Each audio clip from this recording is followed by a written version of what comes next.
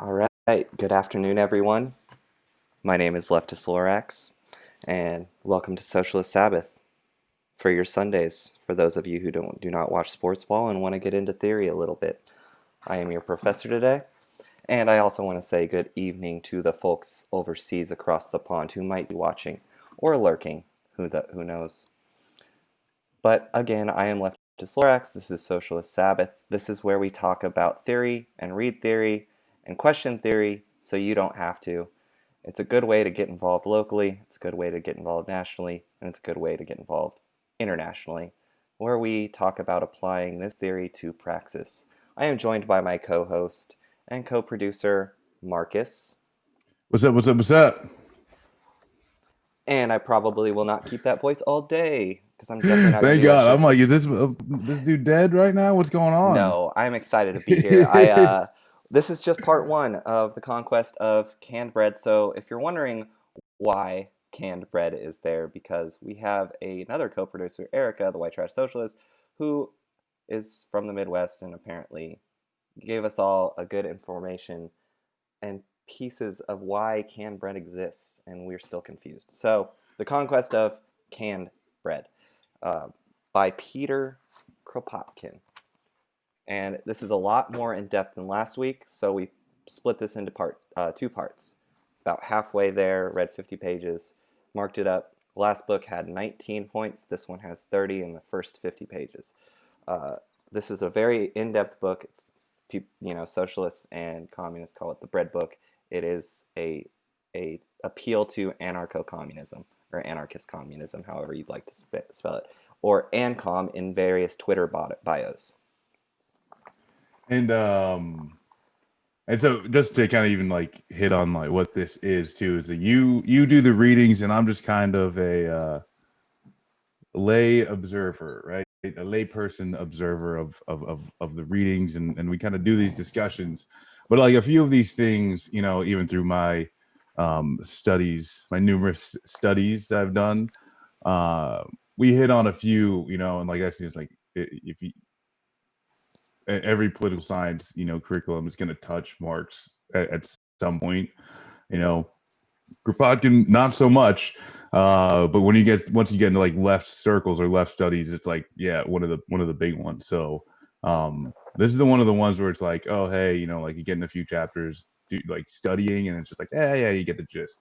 So I'm pretty excited to like kind of go in depth with my friend Mr. Lorax. Yeah, it's actually really interesting, this book. I think he mentions Marx once in the first 50 pages, and that's how he rolls. Kropotkin actually really uses history and especially the French Revolution for his theories. So there were 3 points of takeover in France, and he uses those as examples of why it didn't work and how the history. Now let's go. Let's kind of get into this. His book was written in 1892.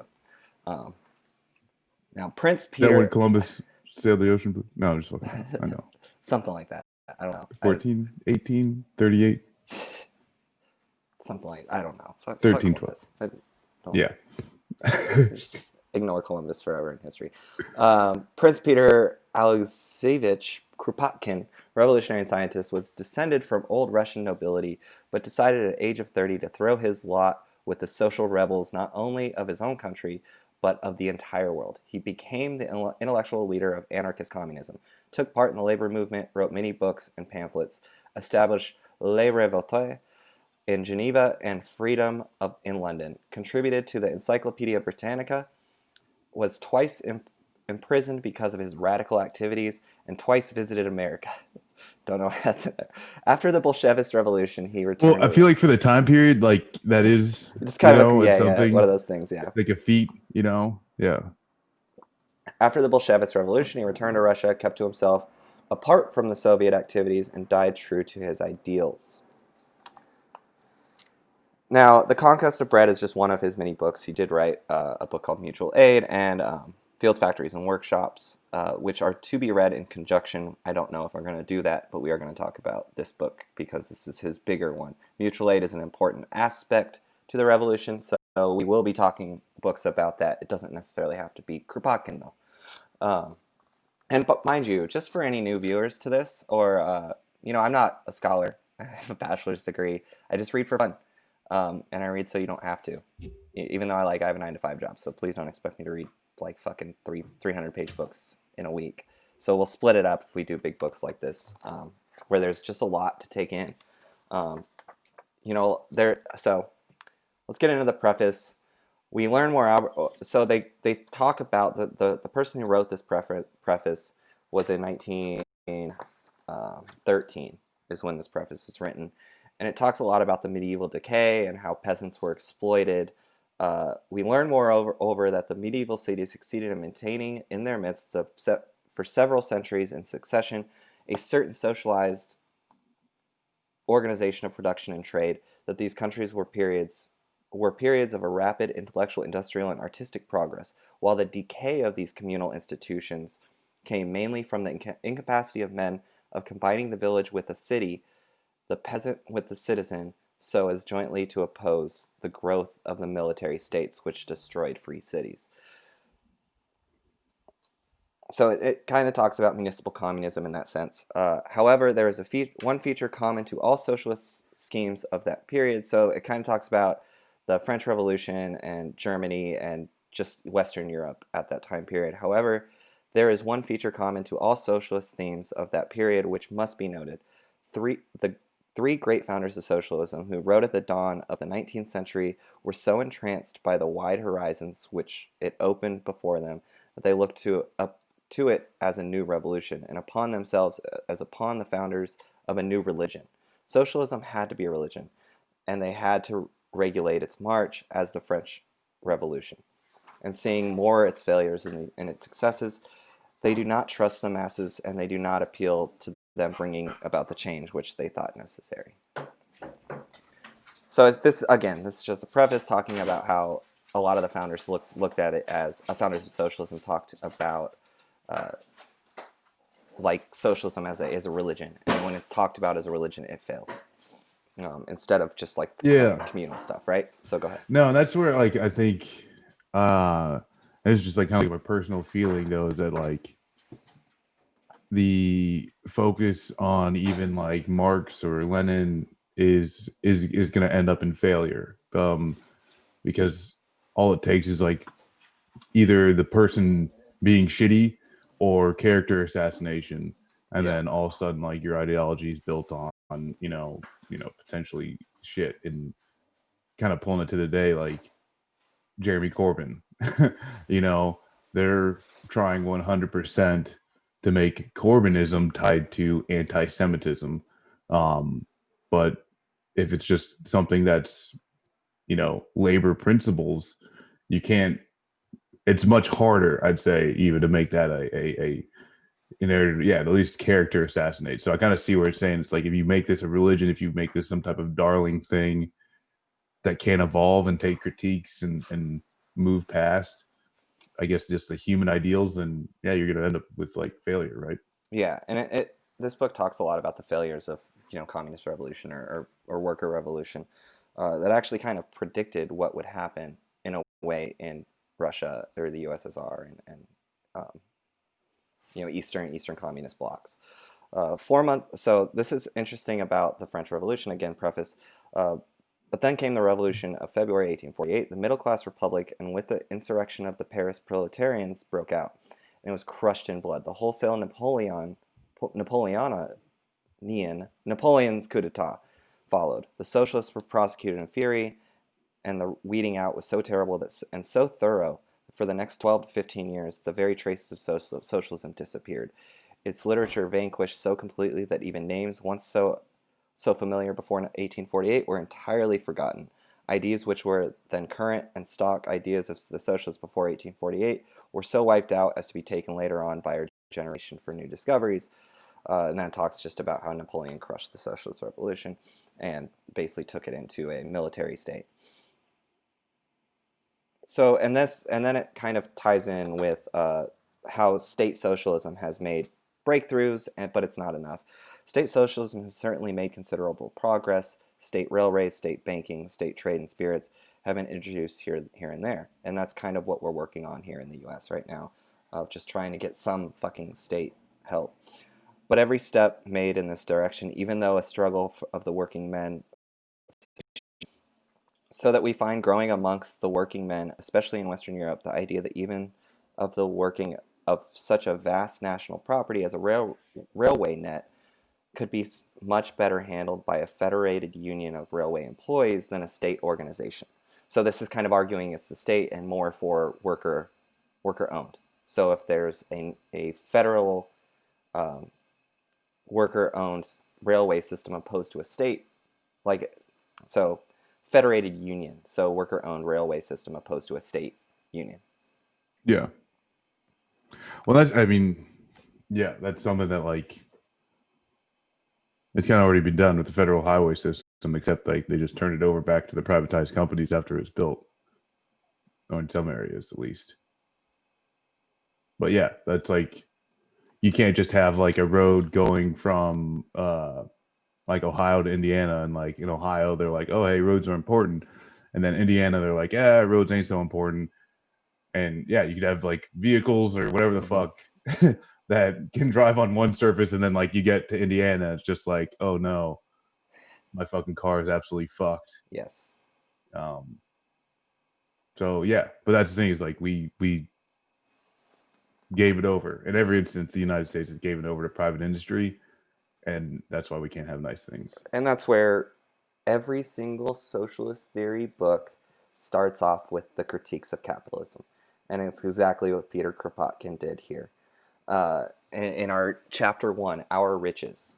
And Peter goes into depth about the riches that have been brought to society because of innovation and because of collective labor, right? Now, during the long, I'm just going to read some quotes here. During the long succession of agitated ages which have elapsed since, mankind has nevertheless amassed untold treasures. It has cleared the land, dried the marshes, hewed down forests, made roads, pierced mountains, and has been building, inventing, observing, reasoning. It has created a complex machinery, wrested her secrets from nature, and finally it pressed steam and electricity into its service. And the result is that now the child of the civilized man finds at its birth, ready for its use. An immense capital accumulated by those who have gone before him, and his capital enables man to acquire merely by his own labor combined with the labor of others, riches surpassing the dreams of the fairy tale of the 1,001 Nights. Truly, we are. So, just, I'm gonna skip through. I'm not gonna read the whole damn book to you guys. Please don't. Yeah. Truly we are rich, far richer than we think, rich in what we already possess, richer still in the possibilities of production of our annual, or our actual mechanical outfit, richest of all in what we might win from our soil, from our manufacturers, from our science, from our technical knowledge, were they but applied to bringing about the well-being of all. So this is, when I read this, I try to read in the, a modern thought process of, we have created technology that has made our lives easier, like automation, like robots. Like, if you talk, so when Kropotkin talks about farming and steaming, like steam-powered machinery to help farming, I'm thinking more like automated shit, right? So Yeah, yeah, and that's like, this is something where if we actually like had put a vested goal on society to do stuff like this, like there'd be very, you know, less and less effort. Over time there'd just be less and less effort in order to produce, more and more widgets, whatever the fuck you're talking about, bananas to boom boxes. I mean, yeah, makes sense. All makes sense. But that's like, once again, like, we don't, in the United States, like, we don't think on that collective, like, that collective bargain yeah, of, yeah, if we just did this together, if we thought of this collectively, it'd just be easier. absolutely. So Peter then goes on and says, in our civilized societies we are rich. Then why are the many poor? Why this painful drudgery for the masses? Why even to the best paid workmen this uncertainty for the morrow, in the midst of all the wealth inherited from the past, and in spite of the powerful means of production, which could ensure comfort to all, in returns for a few hours of daily toil. The socialists have said it and repeated it unwearingly. Daily they reiterate it, demonstrating it by arguments taken from all the sciences. It is because all that is necessary for production, the land, the mines, the highways, machinery, food, shelter, education, knowledge, all have been seized by a few in the course of that long story of robbery, enforced migration of wars, ignorance, and oppression, which has been the life of the human race before it has learned to subdue the forces of nature. Sound familiar, everyone? War is a racket. War is a racket. He said it. Oh no, I love this. So Peter goes into depth with the MIC, with the military industrial complex in Europe at the time. Kropotkin, thank you for that. So kind of continuing here. As if the children who perished by thousands while excavating the railway cuttings and tunnels were to assemble one day, crowding in their rags and hunger, to demand bread from their shareholders, they would be met with bayonets and grape shots to disperse them and safeguard vested interest. So it's just about protecting the state, protecting the interest of the wealthy. So it talks about another quarter to the government and the middleman, so taxes, and his tax levied upon him by the state, the capitalist, the lord of the manor, and the middleman is always increasing. It rarely leaves him the power to improve his system of culture. If he turns to industry, he is allowed to work, though not always even that, only on condition that he yield half or 2/3 of the product to him who the land recognizes as the owner of the machine. We cry shame on the feudal baron who forbade the peasant to turn clod of earth unless he surrendered to his lord a fourth of his crop. We called those on the barbarous times, but if the forms have cringed, the relations have remained the same, and the worker is forced under the name of free contract to accept feudal obligations. For turn where he will, he can find no better conditions.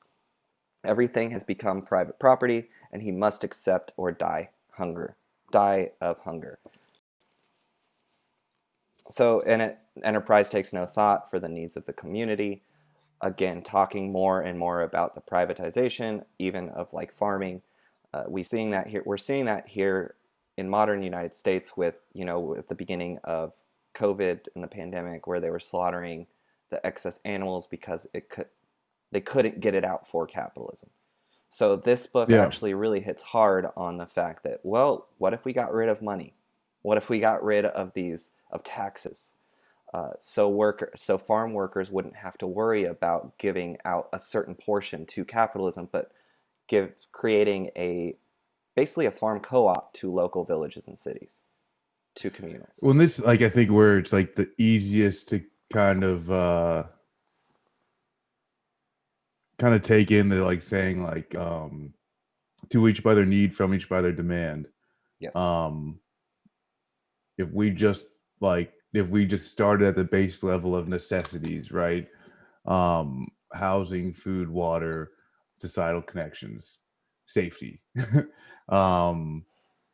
If we just focus on those things and just producing those things, no problem, easy.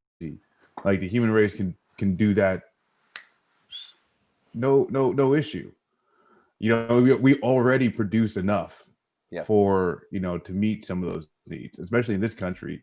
But yeah, if that was the goal, no problem. But it's like, why don't we do that? Oh, because our whole the system is just not structured to it, right? Yeah.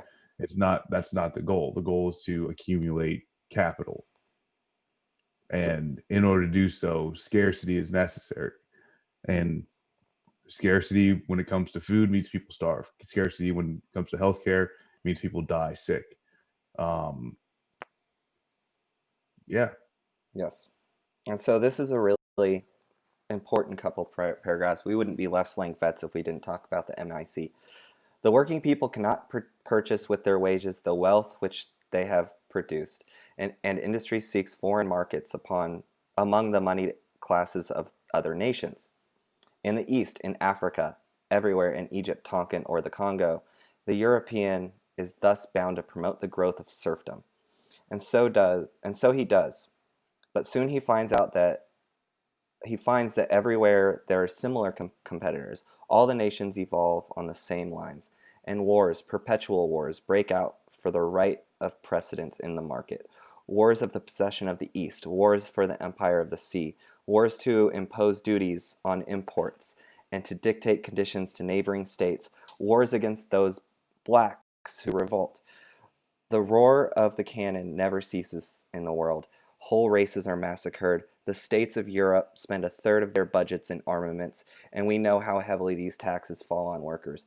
Education still remains the privilege of a small minority, for it's idle to talk of education when a workman's child is forced at the age of 13 to go down to a mine or help his father on the farm. It is idle to talk of studying to the worker who comes home in the evening wearied by excessive toil, by its brutalizing atmosphere, Society is thus bound to remain divided into two hostile camps, and in such conditions freedom is a vain word. And that's where he goes more into, how the burden of war has hit workers in the toil. Yeah. Just I don't. The Commonwealth It of just seems plain Toil. as day. Yeah, it just seems plain as day. Like people getting like fucking exploited for the benefit of like 3 or 4 fucking people. Yes. So again, finishing up The the Bezoses. critiques of capitalism more. Yeah. The system under which we live checks in its turn the growth of the social sentiment. We all know that without uprightness, without self-respect, without sympathy and mutual aid, humankind must perish, as perish the few races of animals living by rapine, or the slave-keeping ants. But such ideas are not to the taste of the ruling class, and they have elaborated a whole system of pseudoscience to teach the contrary. And that just talks about, the against communism talking points that have plagued our society. Under pain of death, human societies are forced to return to the first principles. The means of production being the collective work of humanity. The product should be the collective property of the race. Individual appropriation is neither just nor serviceable. Continued. But nobody has the right to seize a single one of these machines and say, this is mine. If you want to use the right to seize a single one of these machines and, this is mine. If you want to use it, you must pay me a tax in each of your products. Any more than the feudal lord of medieval times has a right to say to a peasant, this hill, this meadow belong to me, and you must pay me a tax on every sheaf of corn you reap, on every brick you build. So that just talks about how, it's comparing Feudalism to capitalism. Yep, exactly. Hey, weird. Strange. Curious. You want a better society, but you participate. In capitalism. Weird. You have a cell phone. Can't be socialist. So now we dive into chapter 2, well-being for all. So well-being for all is not a dream. It is possible, realizable, owing to all that our ancestors have done to increase our powers of production. So it kind of goes into production and the growth of Europe and England, how it increased from 1844 to 1890, 62%. It's much far greater now. I am not trying to dive into numbers here for the just pure based on the time period, right? However, these figures give a very faint idea of what our wealth might become under better conditions. For alongside of the rapid development of our wealth-producing powers, we have an overwhelmingly increase in the ranks of the idlers and middlemen. Instead of capital gradually concentrating itself in a few hands, so that it would be only necessary for the community to dispossess a few millionaires and enter upon its lawful heritage. Instead of this socialist forecast proving true, the exact reverse is coming to pass. The swarm of parasites is ever increasing. So, and it's just becoming more and more billionaires owning more and more wealth. He talks a lot about France here. I'm just going to skip some of this here. So this is rich manipulating trade and the waste of labor that we're currently seeing. It is enough to cite the immense sums spent by Europe in armaments for the sole purpose of acquiring control of the markets, and so forcing her goods on neighboring territories and making exploitation easier at home. The millions paid every year to officials of all sorts whose function is to maintain the rights of minorities, the right, that is, of a few rich men to manipulate. But over and above, we must take into account all the labor that goes into sheer waste. Here in keeping up the stables, the kennels, the retinue of the rich.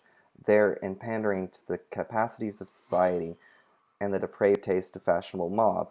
There again in forcing the consumer to buy what he does not need, or foisting an inferior article upon him by means of puffery, and in producing on the other hand wares which are absolute injurious but profitable to the manufacturers. So it talks about the lack, like how you don't need a lot of the things we have. Yeah. There No, are this so is many written in luxury. like 1892. Yeah. And it's just gotten so much worse over the last 130 years. Yeah. No. I mean, hell, I'm just looking at all the worthless shit that I have in front of me. No, yeah, right now. Yeah. You know what I'm saying? And Kropotkin does a really nice job tying this all in later. We're only going to get to the ways and means chapter, which is chapter 9, but he continues on with goes into detail about clothing, bread, of course. There's a whole chapter on bread, because it wouldn't be the conquest of bread if there wasn't. Canned bread. Yeah, housing. He has a whole chapter on housing and how that would work. So one of the big critiques of Marx is that Marx didn't have a solid follow-through plan after capitalism.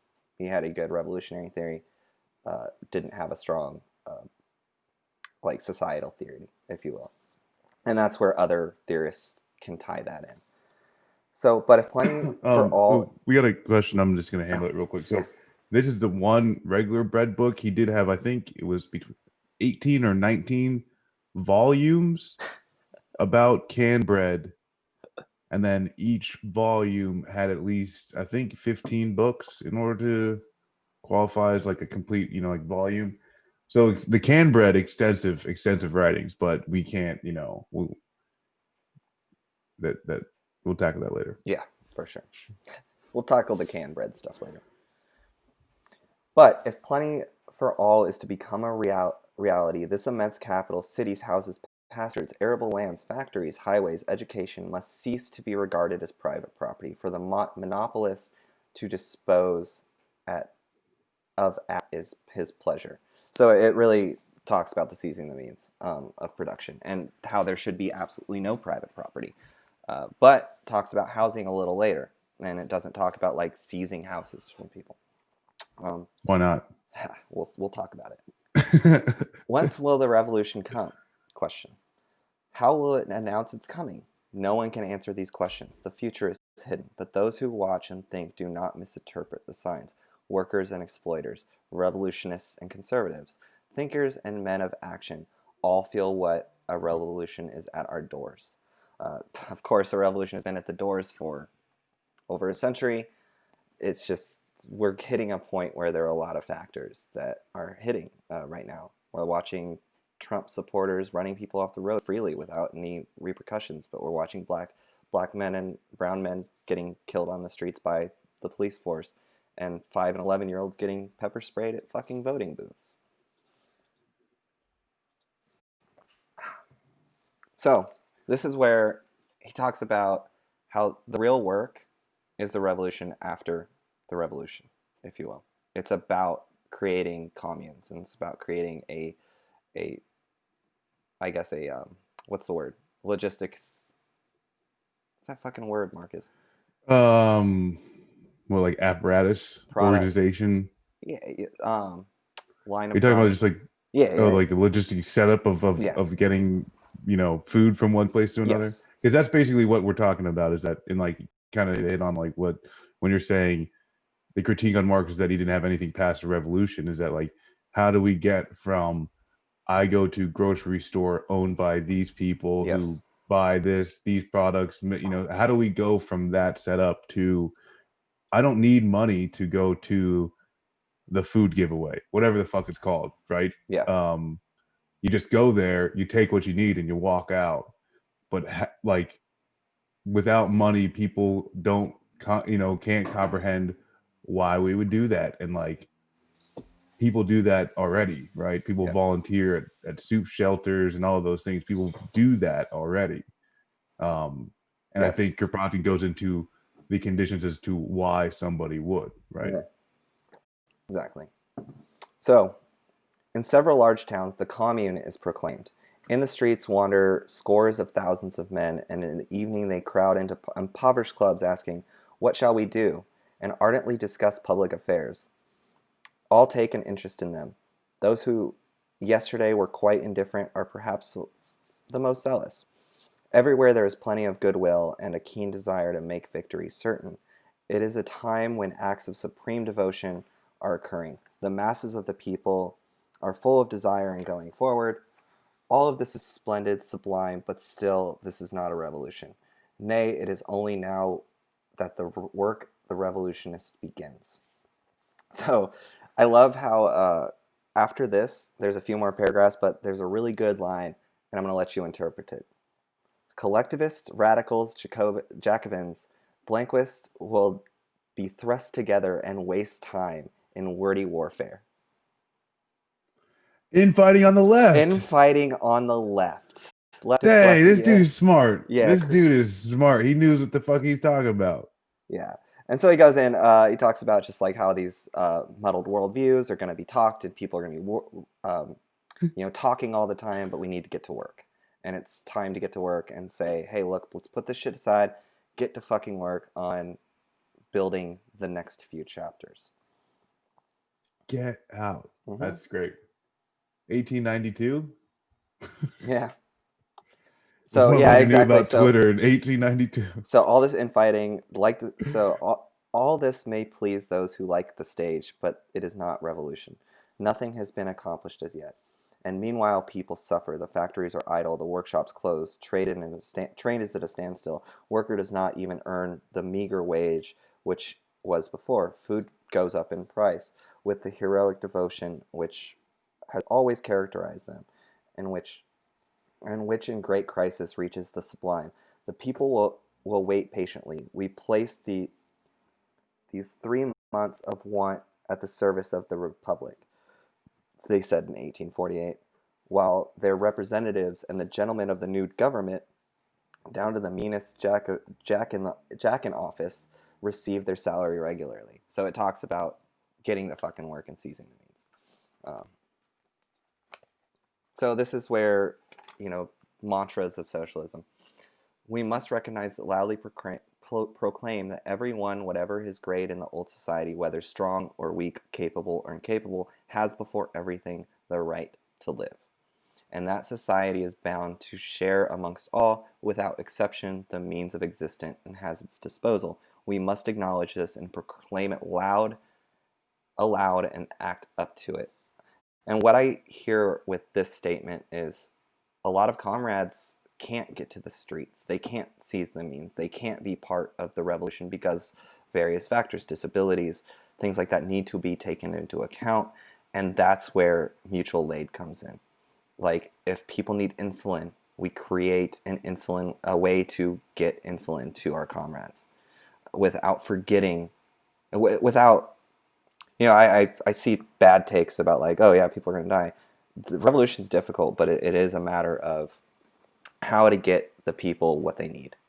And everyone has a right to live no matter where they're at in life.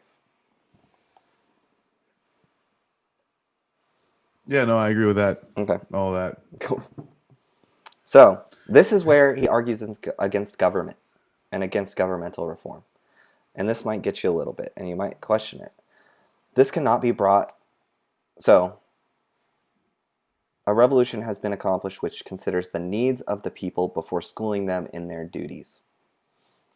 This cannot be brought about the acts of Parliament, but only by taking the immediate and effective possession of all that is necessary to ensure the well-being of all. That is the only really scientific way of going to work, the only way which can be understood and desired by the mass of the people. We must take possession in the name of the people of the granaries, the shops full of clothing, and the dwelling houses. Nothing must be wasted. We must organize without delay a way to feed the hungry, to satisfy all wants, to meet all needs, and to produce not for the special benefit of this one or that one, but so as to ensure society as a whole its life and further development.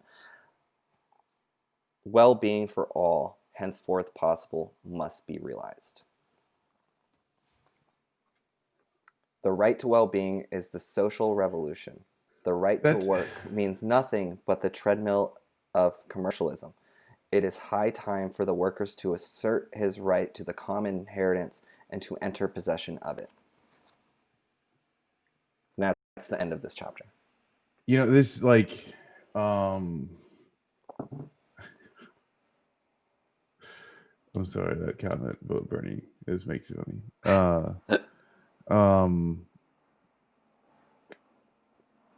There's a lot of things that like, I mean, like some of the things that he says, like you could point to like verbiage in the Constitution and like, yeah, this is the same thing. Yeah. When you're talking about, even like liberty, justice for all, life, liberty, the pursuit of happiness, those type of things. I do interpret those things as like, even at the top like thing of the fucking Constitution, like it says general welfare. Mm-hmm. Like general welfare for a human being, I think it's pretty simple. All the things you need to live plus education. Yes. So here's one, a really good one. Just a good quote from here that I didn't highlight, but I just saw. So they asked for the organization of labor, as in the workers asked for the organization of labor. The reply was, patient friends, the government will see to it. Meantime, here is your blank. Rest now, brave toiler, after your lifelong struggle for food. And in the meantime, the cannons were overhauled, the reserves called out, and the workers themselves disorganized by the many methods well known to the middle class, till one fine day in June 18th, so again, France, June 1848, 4 months after the overthrow of the previous government, they were told to go colonize Africa or be shot down. So that's what happened. That's where his critique of the French Revolution is. Once they did take over the government, they basically installed a new government which did very similar things and started the colonization, and the MIC started. Thanks for all the new follows. I'm seeing a lot of new follows right now, and I like that you're here. The revolution may not be televised, but it will be Twitch streamed. Until Bezos fucking pulls the plug. Right?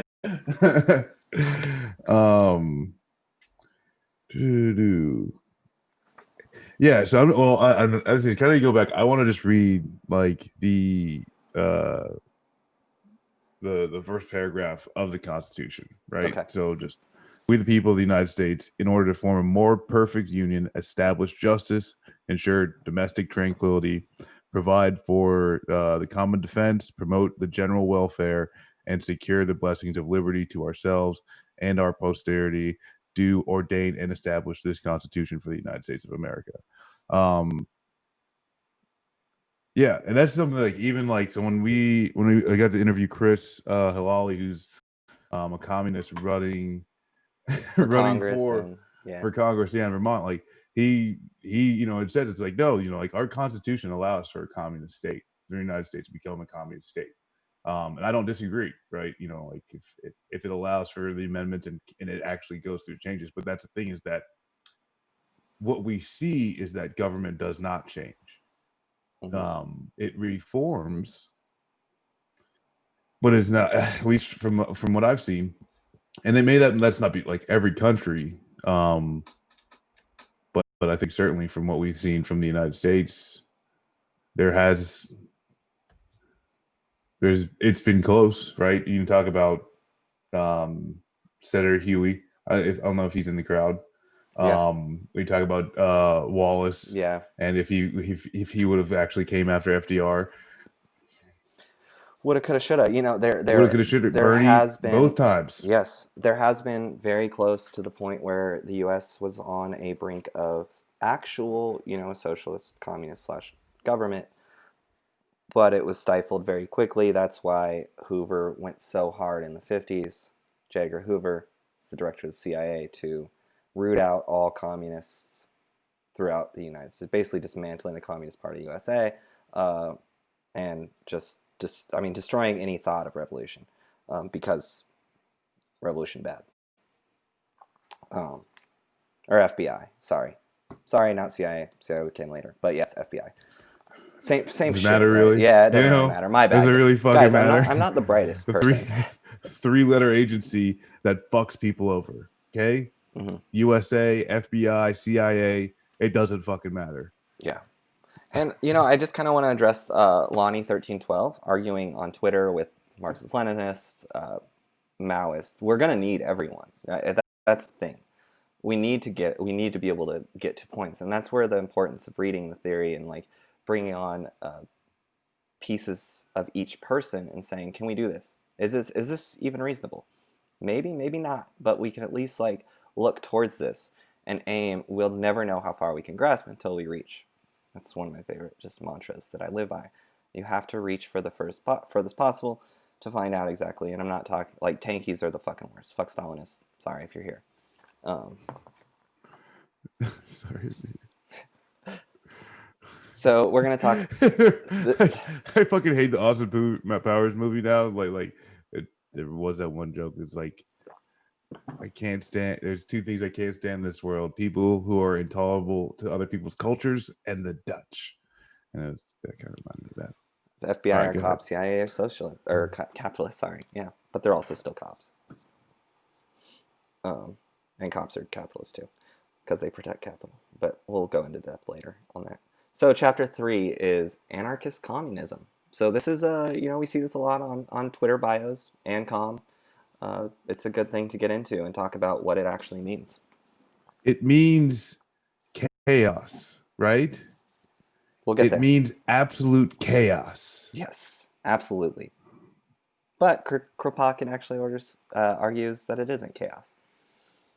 Every society on abolishing private property will be forced, we maintain, to organize itself on the lines of communist anarchy. Anarchy leads to communism, and communism to anarchy, both alike being expressions of the predominant tendency in modern societies, the pursuit of equality. Time was when a peasant family would consider the corn it sowed and reaped, or the woolen garments woven in the cottage, as the products of its own soil, but even then, this way of looking at things was not quite correct. There were the roads and the bridges made in common, the swamps drained by common toil, the communal pastures enclosed by hedges, which were kept in repair by each and all. If the looms for weaving or the dyes for coloring fabrics were improved by somebody, all profited. And even in those days, the peasant family could not live alone, but was dependent in 1,000 ways on the village or the commune. So it's really talking about humans just being communal creatures. We all know we are, as this is scientifically proven. You cannot argue Ayn Rand on this channel. So the migrated individualism of the collectivist system certainly could not maintain itself alongside a partial communism, the socialization of land and the instruments of production. A new form of property requires a new form of remuneration. It's remuneration.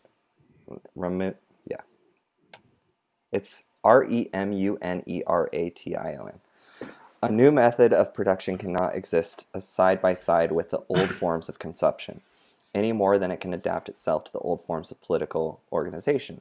The wage system arises out of the individual ownership of the land and the instruments of labor. It was a necessary condition for the development of capitalist production and will perish with it. In spite of the attempt to disguise it as profit sharing, the common possession of the instruments of labor must necessarily bring with it the enjoyment in common of the fruits of the common labor. We hold further that communism is not only desirable, but the existing societies founded on individualism are inevitably impelled in the direction of communism. This is something Marx argues in the Communist Manifesto, how the death of capitalism leads to communism, and how it's just inevitable at that point. And he does mention collectivism, and he goes into detail about how collectivism is actually bad, and how money is bad, and how any sort of money in society is bad. Well, I think too, it's like, before going into it, like people think of money as either like a reward system, Yeah. i.e., I do this and then I deserve that, um, or they see it as like a tool, you know, because when you think of like it's an organizational tool of, hey, this is where like UBI people, like UBI proponents will say like, no, like you got to have money so that way that like you understand like people can just exchange what they want, for the value of what they receive or whatever the hell. But at the end of the day, like you just not need it, right? People Yeah. could just it could just be provided. People go, hey, I need three, I need two chickens and some butter and some cereal. Hmm. Let's go, and then you just walk out. Um, there doesn't necessarily need, but also too, if like I go to the farm and I help feed the chickens for 4 hours, every Monday, and that's just my debt to society for chicken production, or some, and something of that nature, right? Yeah. Um, where yeah, which is another thing where people ask like, why would people do that? But it's like people do that. Yes. People live on farms and shit. I was fucking been apple picking. Yes. Shit. I really hope my computer stays alive here. Oh fuck, dude. Is it dying? Yeah. Does anyone have any secrets on how to keep an apple alive? I don't know. Apple It's plugged in. pure? It's plugged into everything. It's just the Twitch stream takes so much. I'm gonna Yeah. just close everything, all my browsers here. Okay. Yeah, man. Just stay up on Zoom meeting and Twitch stream. Hopefully that calms everything down. Replace it. And you know what? Well, hey, you want to replace it? Don't forget to subscribe. We also have a Patreon account where it's $5 for all our great content. Blah blah blah blah blah blah blah. All right, we can get. Yeah. Anyways, we're gonna continue with this. We're gonna go as far as we can, and maybe we'll get back on. Meanwhile, the new organizations based on the same principle, to every man according to his needs, spring up under 1,000 different forms. For without a certain leaven of communism, the present societies could not exist. In spite of narrowly egoistic turn given to men's minds by the commercial system, the tendency towards communism is constantly appearing, and its influences our activities and the use which is studied for kind of goes about 1,000. These are first why prices other reasons the need for prices great. Such are the signs would appear even now in our individual societies. So if you have to go further, you have to pay more for like set plane. Uh-oh. My what's going on? I don't know. It looks like. Oh shit. Fuck. How's the stream look? Am I dropping? I just refreshed. I see we're back. Y'all just died a little bit inside. Yes, we did. I am dying inside. This is awful. I spent all morning reading, not charging my laptop. You see, the freaking feds are already on you. Holy shit, Siri's just started listening to me. Oh shit. See, all this shit's fucked. All right. All right, and we're back. Are we back? Yeah, seems good. Am I chopping? Chopping screwed. I mean, I literally went from 6% to 1%. Wow. Oh, for real? Dude, we're fucked then. Oh, yeah. Okay. 1 second. I'm gonna try and get my shit up. Okay. And then who knows what happens. Yeah, please. I mean, if you can just do the stream. Yeah. Be easier. ISP might be trying to stop me, honestly. All right. So this, again, to each their needs, and it doesn't matter. But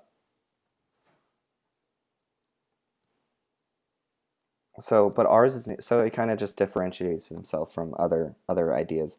But ours is neither the communism of Fourier or the Phalansterians nor the German state socialists. It is anarchist communism, communism without government, communism of the free. It is the synthesis of the two ideals pursued by humanity throughout the ages, economic and political liberty.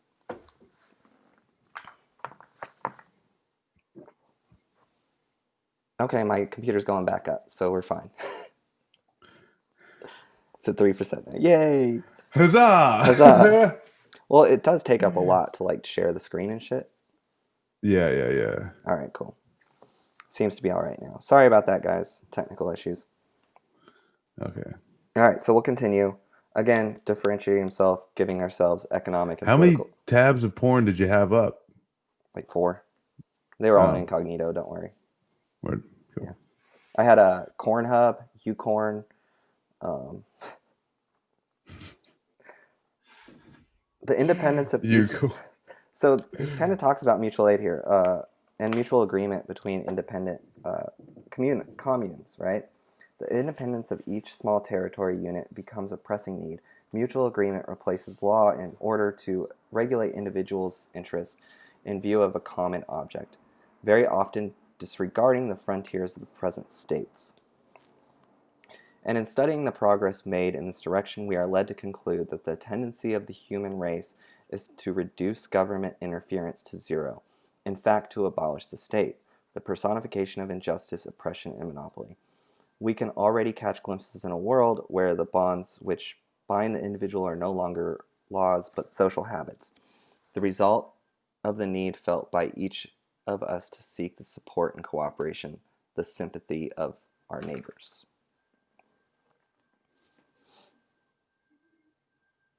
So from cradle to the grave, all our actions are guided by this principle. Open any book on sociology or jurisprudence, and you will find that there is government, its organization, its acts, filling so large a place that we come to believe there is nothing outside of government and the world of statesmen. Yeah, and I know I'm gonna fuck this up a little bit, and I don't think it really matters too much to the author, but I think Plato, when he talks about like the polis, like, well, he had this like idea, and I want to say it's like the Golden City or some shit like that, but like the idea was like you need to like no shit just like kidnap hundreds of children. It's like fucked up, right? He's like, no, it's like in order to create the perfect society, you need to kidnap hundreds of children and then get them started into, you know, this new society into which they could now live in the perfect society, right? But you need to like condition them to understand it, you know, and it'd just be simply impossible to do that with, you know, the understanding that we have today. And it's something like, fuck, you know, like going from Plato to Frederick Douglass, like I've been saying this a lot too. It's like it's easier to teach a child than it is to change a man. Mm-hmm. And it's based off of this principle, right? That they're focusing on the children. Save the children? Not trying to, no, but like that idea that, it's hard to conceive of a new society. It's hard to conceive of living a different way. Blah blah blah blah blah. Right? And we consistently go to this is always how it's been done, right? And especially like yes, I think that's something with us, you know, like in the military. This is how we've been doing it. Is like it's just a common thing. The tradition. It's the answer right? why we're doing everything dumb right now. Yes. So this actually, you know, Kropotkin does a really good job of bringing in the counterpoints and saying, here's what the statesman might say. Here's what so should you speak to a man who understands commerce, he will tell you that everyday business transacted by merchants would be absolutely impossible were it not based on mutual confidence. The habit of keeping his word, the desire not to lose his credit, amply suffice to maintain his relative honesty. The man who does not feel the slightest remorse when poisoning his customers with noxious drugs covered with pompous labels thinks he is in honor bound to keep his engagement. But only incentive and the only aim can we doubt its rapid progress, when appropriation of the fruits of others' labor will no longer be basis of society. So this goes into detail about just like, the abolishment of the monetary incentive to make products, right? So you have this monetary incentive, you do everything to exploit the labor and sell it in a way that can, selling snake oil to peasants, if you will. Yeah. Well, that's just kind of weird. It's like this shit was like written so long ago, but it's like the same. It's like this motherfucker is like on Earth right now, like saying this shit. Yeah. And that's what's kind of scary. Is like this shit's been out there, and the the thing that he's accurately addressing is just one. Like it's just claimed victory over the majority of the world. So here's where he really gets into abolishing government, right? So this is a few paragraphs, so bear with me. We are beginning to see that government by majorities mean abandoning all the affairs of the country to the tide waiters who make up the majorities of the House and in election committees, to those, in a word, who have no opinion of their own. Mankind is seeking and already finding new issues. The International Postal Union, the railway unions, and the learned societies give us examples of solutions based on free agreement in place instead of law. Today, when groups scattered far and wide to organize themselves for some object or other, they no longer elect an international parliament of jack of all trades. They proceed in a different way. Where it is not possible to meet directly or come to an agreement by correspondence, delegates first in the question at issue are sent, and they are told, endeavor to come to an agreement on such or such a question, and then return, not with a law in your pocket, but with a proposition of agreement which may or may not accept. Such is a method of the great industrial companies and learned societies and numerous associations of every description, which already cover Europe and the United States. And such will be the method of a free society. A society founded on serfdom is in keeping with absolute monarchy. A society based on the wage system and the exploitation of the masses by the capitalists finds its political expression in parliamentarianism. But a free society regaining possession of the common inheritance must seek in free groups and free federations of groups a new organization in harmony with the new economic phase of history. Every economic phase has a political phase corresponding to it, and it would be impossible to touch private property unless a new mode of political life be found at the same time. End. There's something that he kind of keeps saying to the common inheritance. Yes. And like it's basically like saying it's like you gotta pay what you owe Santa, right? Like if you watched the Boondocks, the cartoon, and like Riley, he goes after Santa Claus because he feels like Santa Claus owes him something, right? You go your whole life, Santa Claus gives all these gifts, but Riley was like a poor kid, and so yeah, he had a vendetta against Santa, and Santa had to pay what he owes, and I feel like that's something that like Kropotkin talking about those of like this societal inheritance, the common inheritance is like the ruling class owes us. Yeah. They need to pay what they owe. And that's what the common inheritance is. And we're losing it every day. Every day, especially during COVID, where you see billionaires making more billions. They've been like, that's what doesn't make any sense. It's not even that they get richer, they've gotten billions of dollars richer. Yeah. They need to pay what they fucking owe. Yep. Yeah, so I'm Common trying to keep up with inheritance. comments. It's a little difficult, but well, and maybe that's something like I don't know we could try and do, or just even break it up of a maybe question time every like yeah, we can do a little often. Q&A at the end, Yeah, or like or yeah at the end. Every chapter we'll do a Q&A. We're working on it. This is episode 2, y'all. So we're trying, and like basically, and we want to know, hey, how to make it better. So we're just trying to see what works. But yeah, either way, I mean, we like more people to spend their Sunday with us because I put in a lot of work for this. Yeah, we talk about common inheritance. Yeah. All right, so, and next we're talking about elites expropriation, a big word that it's not used a lot. Let's do it. All right. So I love this one because he takes a lot of stabs at like philanthropy and wealthy people. Um, it is told of Rothschild that seeing his fortune threatened by the revolution of 1848, he hit upon the following stratagem.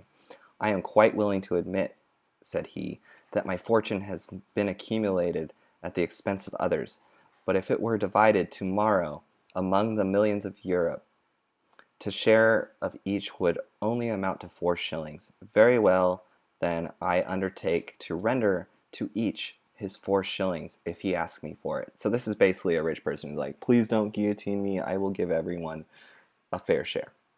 All right. Having given due publicity to his promise, our millionaire proceeded, as usual, to stroll quietly through the streets of Frankfurt. 3 or 4 passerbys asked for their 4 shillings, which he dispersed with a sardonic smile.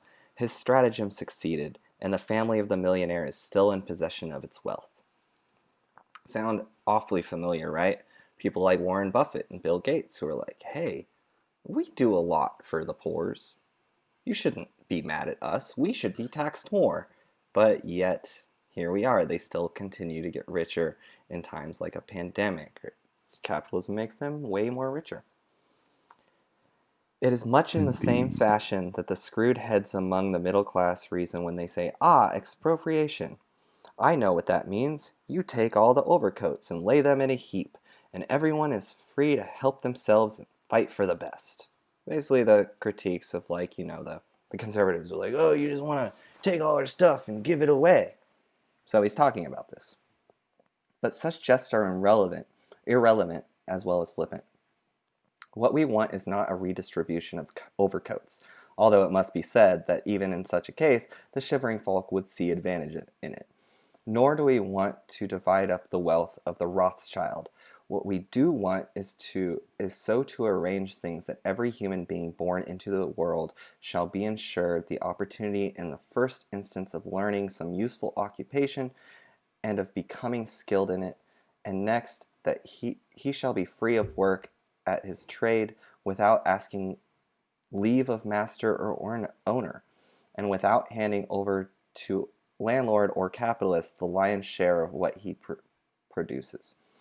As to the wealth held by the Rothschild or the Vanderbilts, it will serve as to organize our system of communal production. So it's not necessarily taking their wealth and dividing it evenly. It's taking their wealth and building our communes with it, essentially. Yeah. Yeah. Well, because like that's the thing is like I don't think the focus isn't really wealth, right? The focus is a happy life, Mm-hmm. and like that, equating those two is still falling back into the capitalist mindset. Yeah. Did I And, just say something really smart? yeah, you did. All right. I do see this argument. It's like, the wealthy, blah blah blah, but like, there needs to be a different, like Anand Giridharadas, big Warren supporter, still a huge capitalist, but like, hey, more of we must regulate this.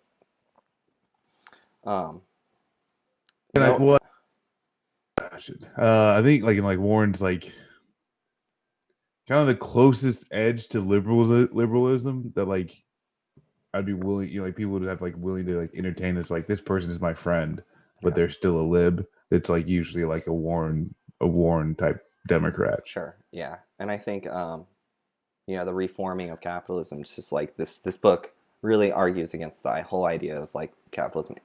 It kind of goes in more anti-capitalism than Marx actually, and more anti-government and more. So kind of continuing here.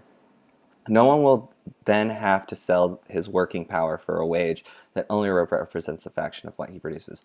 So far, so good, say our critics.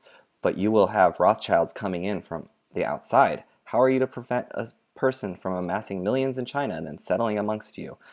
How are you going to prevent such a one from surrounding himself with lackeys and wage slaves, from exploiting them and enriching themselves at their expense? You cannot bring about a revolution all over the world at the same time. Well then, are you going to establish custom houses on your frontiers to search all who enter your country and confiscate the money they bring with them, Anarchist policemen firing on travelers would be a fine spectacle. This is what he says would be the counter argument from capitalists. And we see this shit all the time. It's like, oh, you want to go live in Venezuela, you'll get killed. They take all your private property, all that stuff. But at the root of this argument, there is a great error. Those who propound it have never paused to inquire whence come the fortunes of the rich. A little thought would, however, suffice to show them that these fortunes have their beginnings in the poverty of the poor. When there are no longer any destitute, there will no longer be any rich to exploit them. So when workers seize the means, there's no longer rich people to exploit them. When workers take over their own means, and money is basically gone, and you get rid of, the fear of the wealthy coming in and buying up land, right? So you say, no, we don't want your money, and we're not going to work for you for like slave wages. We don't work like that. That's essentially what it's saying.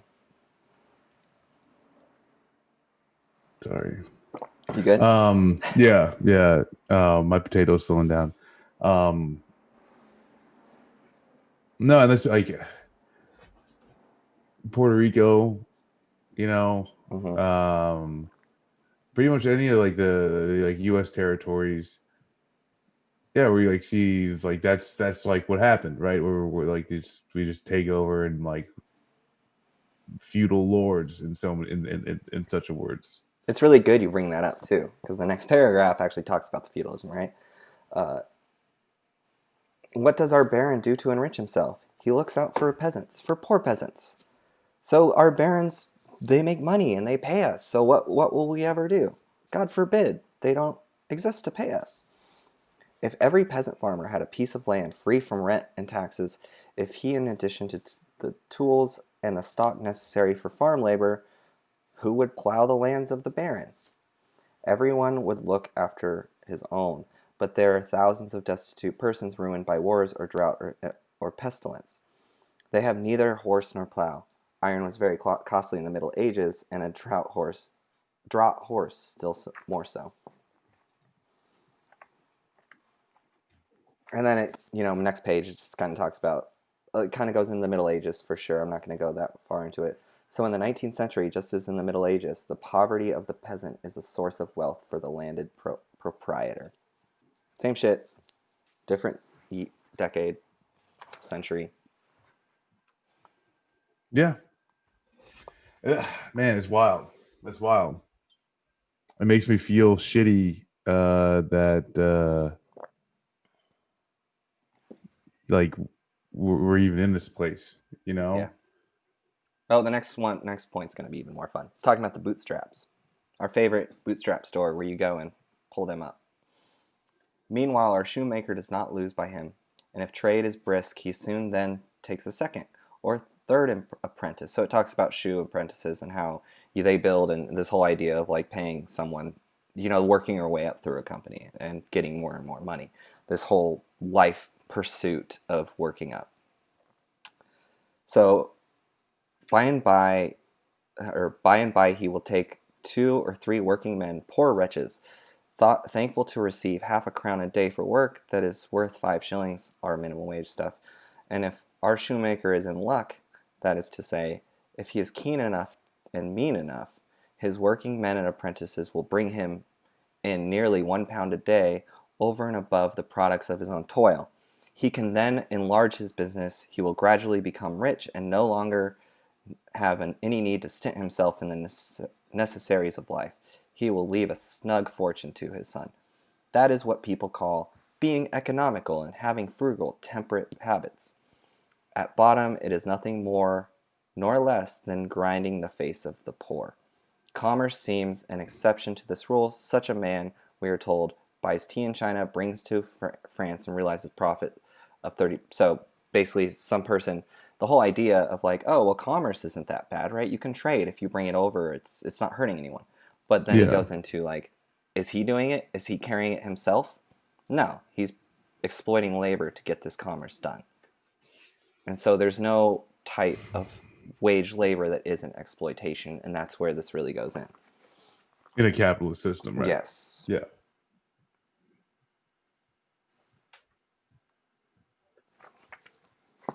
So, we do not want to rob any of his coat, but we wish to give to the workers all those things that the lack of which makes them fall an easy prey to the exploiter.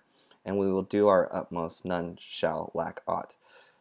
That not a single man shall be forced to sell the strength of his right arm to obtain a bare substance for himself and his babes. This is what we mean when we talk expropriation. This will be our duty during the revolution. For whose coming we look, not 200 years hence, but soon, very soon. Just talking about the impending revolution, how we must be wary not to exploit any labor. All right, next paragraph. Now what we fear with regard to expropriation is exactly the contrary. We are afraid of not going far enough, of carrying out expropriation on too small a scale to be lasting. We would not have the revolutionary impulse arrested in mid-career to exhaust itself in half measures, which would content no one, and while producing a tremendous confusion in society and stopping its customary activities, would have no vital power, which would merely spread general discontent and inevitably prepare the way for triumph of reaction. So what he's saying here is half measures are useless.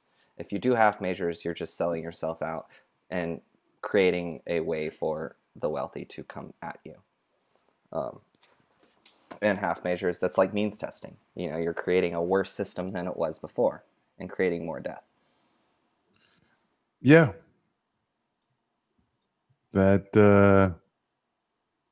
something that we see now. Yeah, so here we go. And this is some of the arguments here.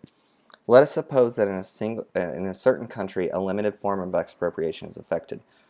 For example, that, has been suggested more than once, only the property of the great landlords is socialized. So, socialized housing. Whilst the factories are left untouched.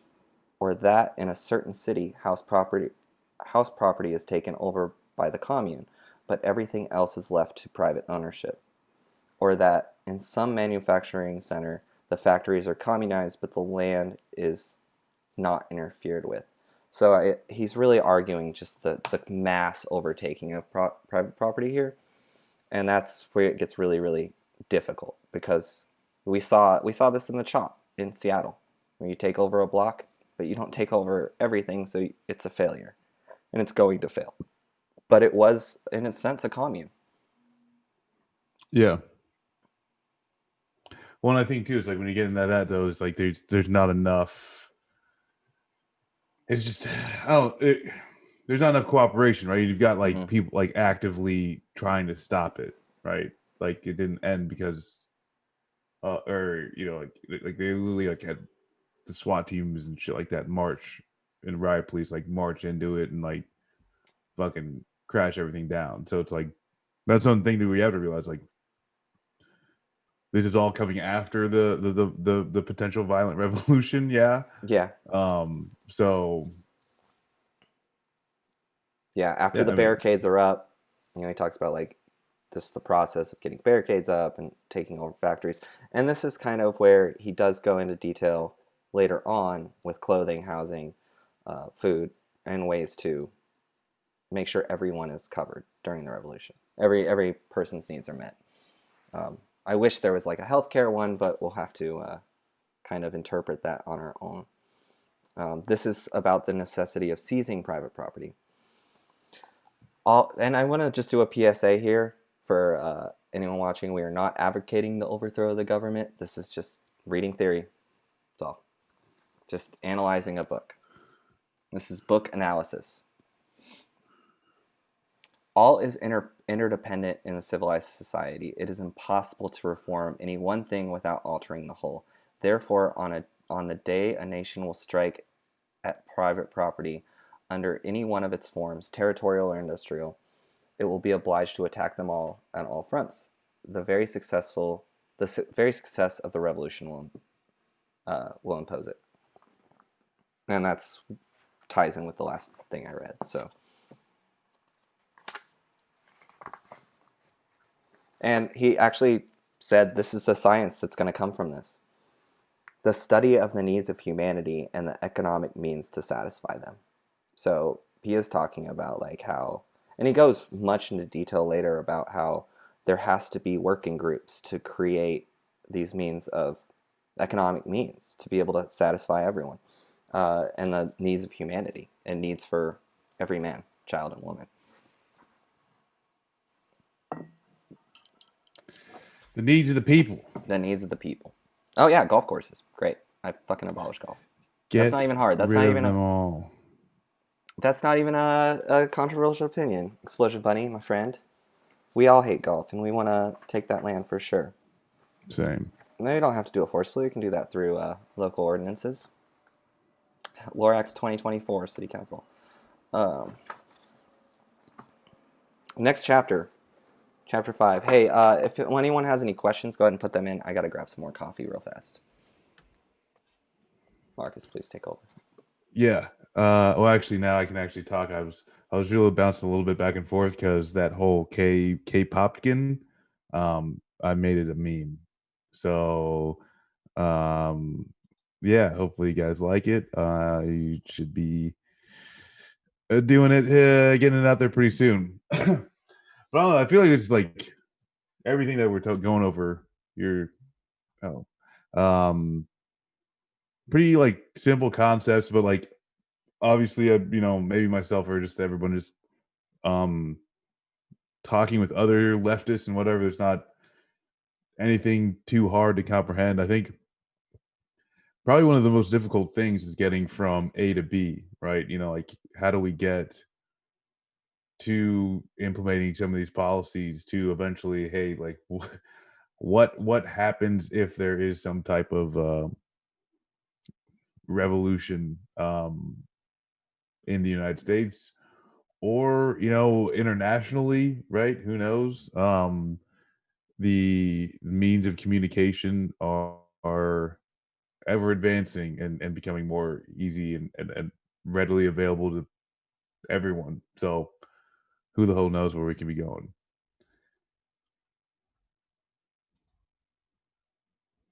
Wait, I'm back. Do Can you hear me? Cool. yeah. Chapter 5, food. So this is where the real conquest of bread pops in, when he starts talking about food chains and how to actually be able to create these communal kitchens, while also not really saying that we should just be only communal kitchens, that people should have the right to be able to make their own food, how they want it tasted. But it is easier to make 100 meals at once than 100 individual meals. And he goes into detail with this chapter. And also, really hits again on the failure of government and how government just can't work. Whatever their party color, for they are quite alive to the fact that it is not easy to keep the upper hand of people whose hunger is satisfied. It is certain that the coming revolution, like in the respect to the revolution of 1848, will burst upon us in the middle of a great industrial crisis.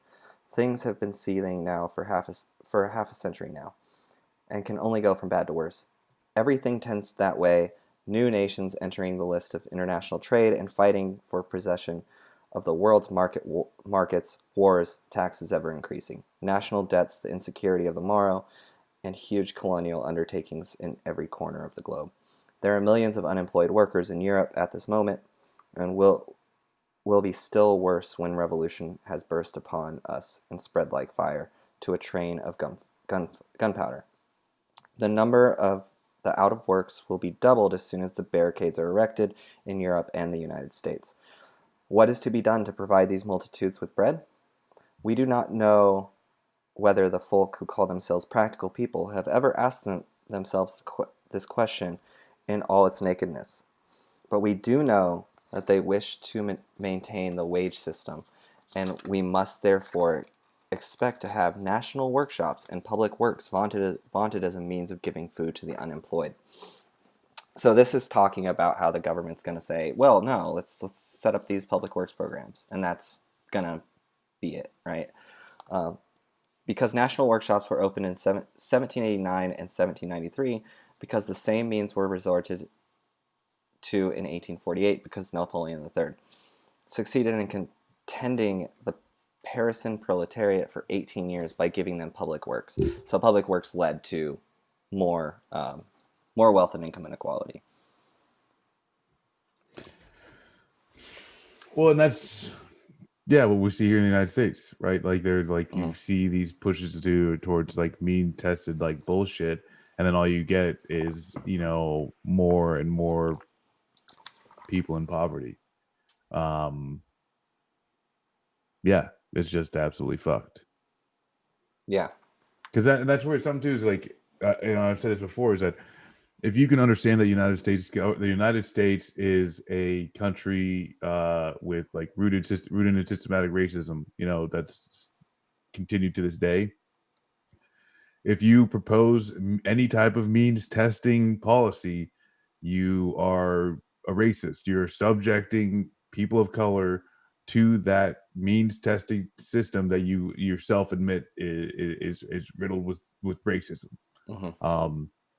So like, what do, right? Like the only thing that like there just needs to be not even like universal programs, right? This is what I can only think of him as Kropotkin now.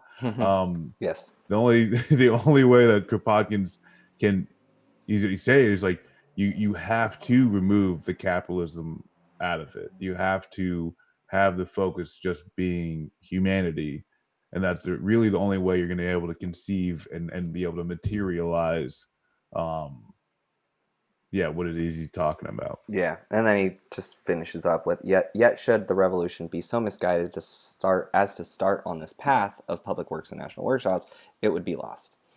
In 1848, when the national workshops were opened on February 27th, the unemployed of Paris numbered only 8,000. A fortnight later, they had already increased to 49,000. They would soon have been 100,000, without counting those who crowded in from the other provinces.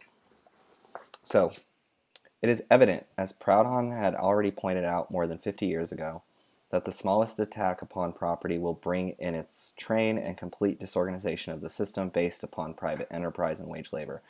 Society itself will be forced to take production in hand in its entirety and to reorganize it to meet the needs of the whole people. But this cannot be accomplished in a day or even a month. It must take certain time to reorganize the system of production. And during this time, millions of men will be deprived of the means of substance. What is then to be done? There is only one really practical solution of this problem: boldly to face the great task which awaits us, and instead of trying to patch up a situation which we ourselves have made unattainable, to proceed to reorganize production on a new basis. This is the practical course of action post-revolutionary politics, is what he's saying, is that food needs to be provided to all people, but how do you do it? And without, the grocery stores and money and this whole idea, and that's where the abolishment of monetary goods kind of comes in. Yeah. You ever see that picture of the orange that comes unpeeled, but in a plastic? Oh, yeah. I thought for a second there when you smiled and you're like reached over, I'm like, I Oh, yeah, bought I one have from the that grocery store unpeeled today. orange. Yeah, Yeah. I bought one today. I only finished half, but throw the rest away, like toss out the window. Yeah, man. And And that's well, and I think too is that like a grocery store, like a place where like the community goes to pick up food. mm-hmm. That's not necessarily going to go away, and like I don't, or like that type of the thing, right? Yes. Like it's like so that, like that's where it's not some complete overhaul of everything that we know. It's a removal of something that sucks about our current existence. Yes.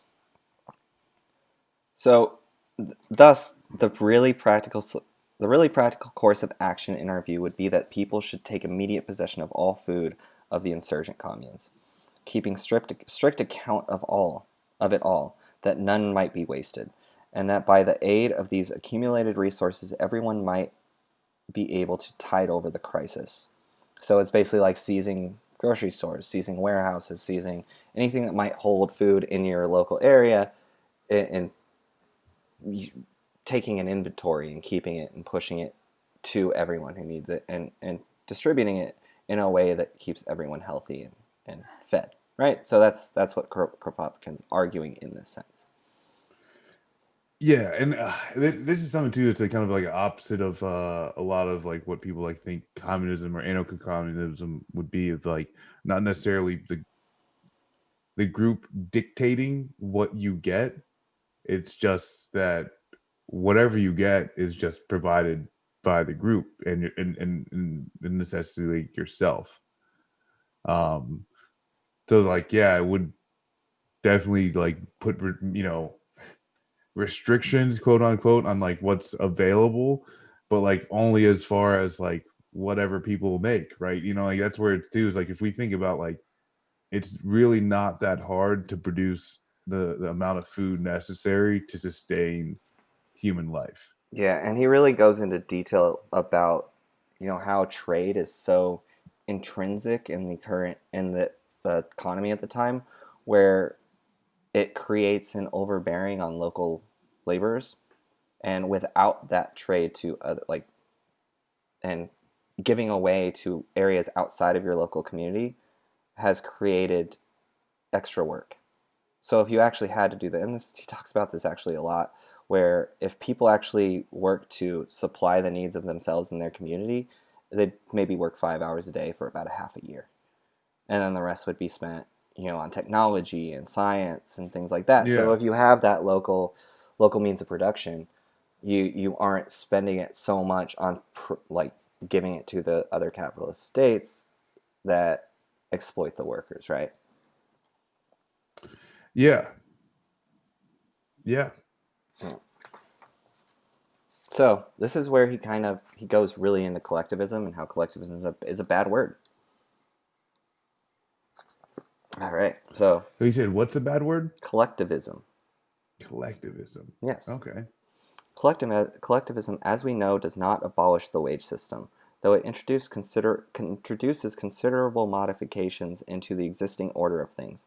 It only substitutes the state, that is to say, some form of representative government, national or local, for the individual employer of labor.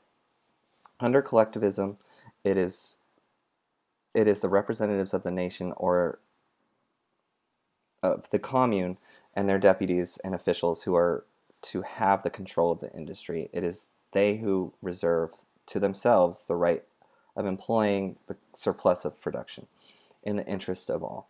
Moreover, collectivism draws a very subtle but very far-reaching distinction between the work of the laborer and the man who has learned the craft. Unskilled labor in the eyes of collectivists is simple labor, while the work of craftsman and mechanic, higher wage, but labor or engineer and the man of science, etc., is what Marx calls complex labor and is entitled to a higher wage. But laborers and craftsmen, weavers, and men of science are all wage servants of the state, all officials, as was said lately, to gild the pill. This is where he mentions Marx and he says Marx was wrong. What do you think? Yeah. No, I think yeah, the idea of like some type of specialized labor is like, yeah, that's horseshit. Um because like I think it even like feeds into like that's like gonna feed into more even like racism than classism. Yeah. Um if you are going to because yeah, like yeah, I don't yeah, I'd be I'm much more I think inclined to be a lot yeah, it was just like everybody on the equal sense, right? Mm-hmm. And not to say that a NASA scientist or some like a little like fucking rocket scientist, right? The non-Nazi NASA scientist, the non-Nazi NASA scientists, like yeah, obviously they're like minds and like their abilities have potential to think up and create great technologies that can service the world. But it's like they were able to get to that point based, like every human being could do that, right? Which more of like your experiences through life that drive you to where you end up. I think something that Kropotkin's hitting on though is that like if you just take out the bullshit, this fake requirement that we like we need to go and create and produce capital for somebody else so that we could scrape by and, you know, hopefully get the flat screen, blah, blah, blah, blah, whatever. If we were more geared to first, yeah, just living happily and healthily, you know, just taking care of that shit first, making like, and then at that time pursuing education and interests, Mm-hmm. you're still going to have the rocket scientists, Yes. right? That's just fucking cool. You know what I'm saying? That's just dope. Well, the idea Like, that like why only wouldn't we? capitalism is the thing that creates innovation is wrong. Who It's said we're going to the moon? yeah. Who's the person that said we were going to the moon? It wasn't a master of industry. It was the president of the United States. Mm-hmm. And then we did it. Yeah. It But that wasn't seems like there's Elon a lot of Musk. things too. It's like, yeah, like the USSR, they beat us in so many of like the space metrics. As like, Yeah. You know, rest in peace, Leica. right? Like, so what are we talking about here? And not No, that was like a perfect, you know, like communist system by any means, right? They still had, you know, a lot of fucking pressure and influence coming from like oligarchs and then shit like that from like old powers. But at the end of the day, wait, it's humans coming together and saying, hey, we're gonna do this, yeah, and it's then you cutting do out the it. bullshit. That's what Kropotkin Exactly. really pushes against. Is just cutting out the fucking bullshit. If there's not money, you won't have. If there's no private property, you don't have property to steal, right? I don't know. It's kind of there's a lot of things in this book that you can agree with or not agree with, and that's what we're not here for. We're here to just talk about the different theories that you see on Twitter and socialist and communist theories and leftist theories, if you will.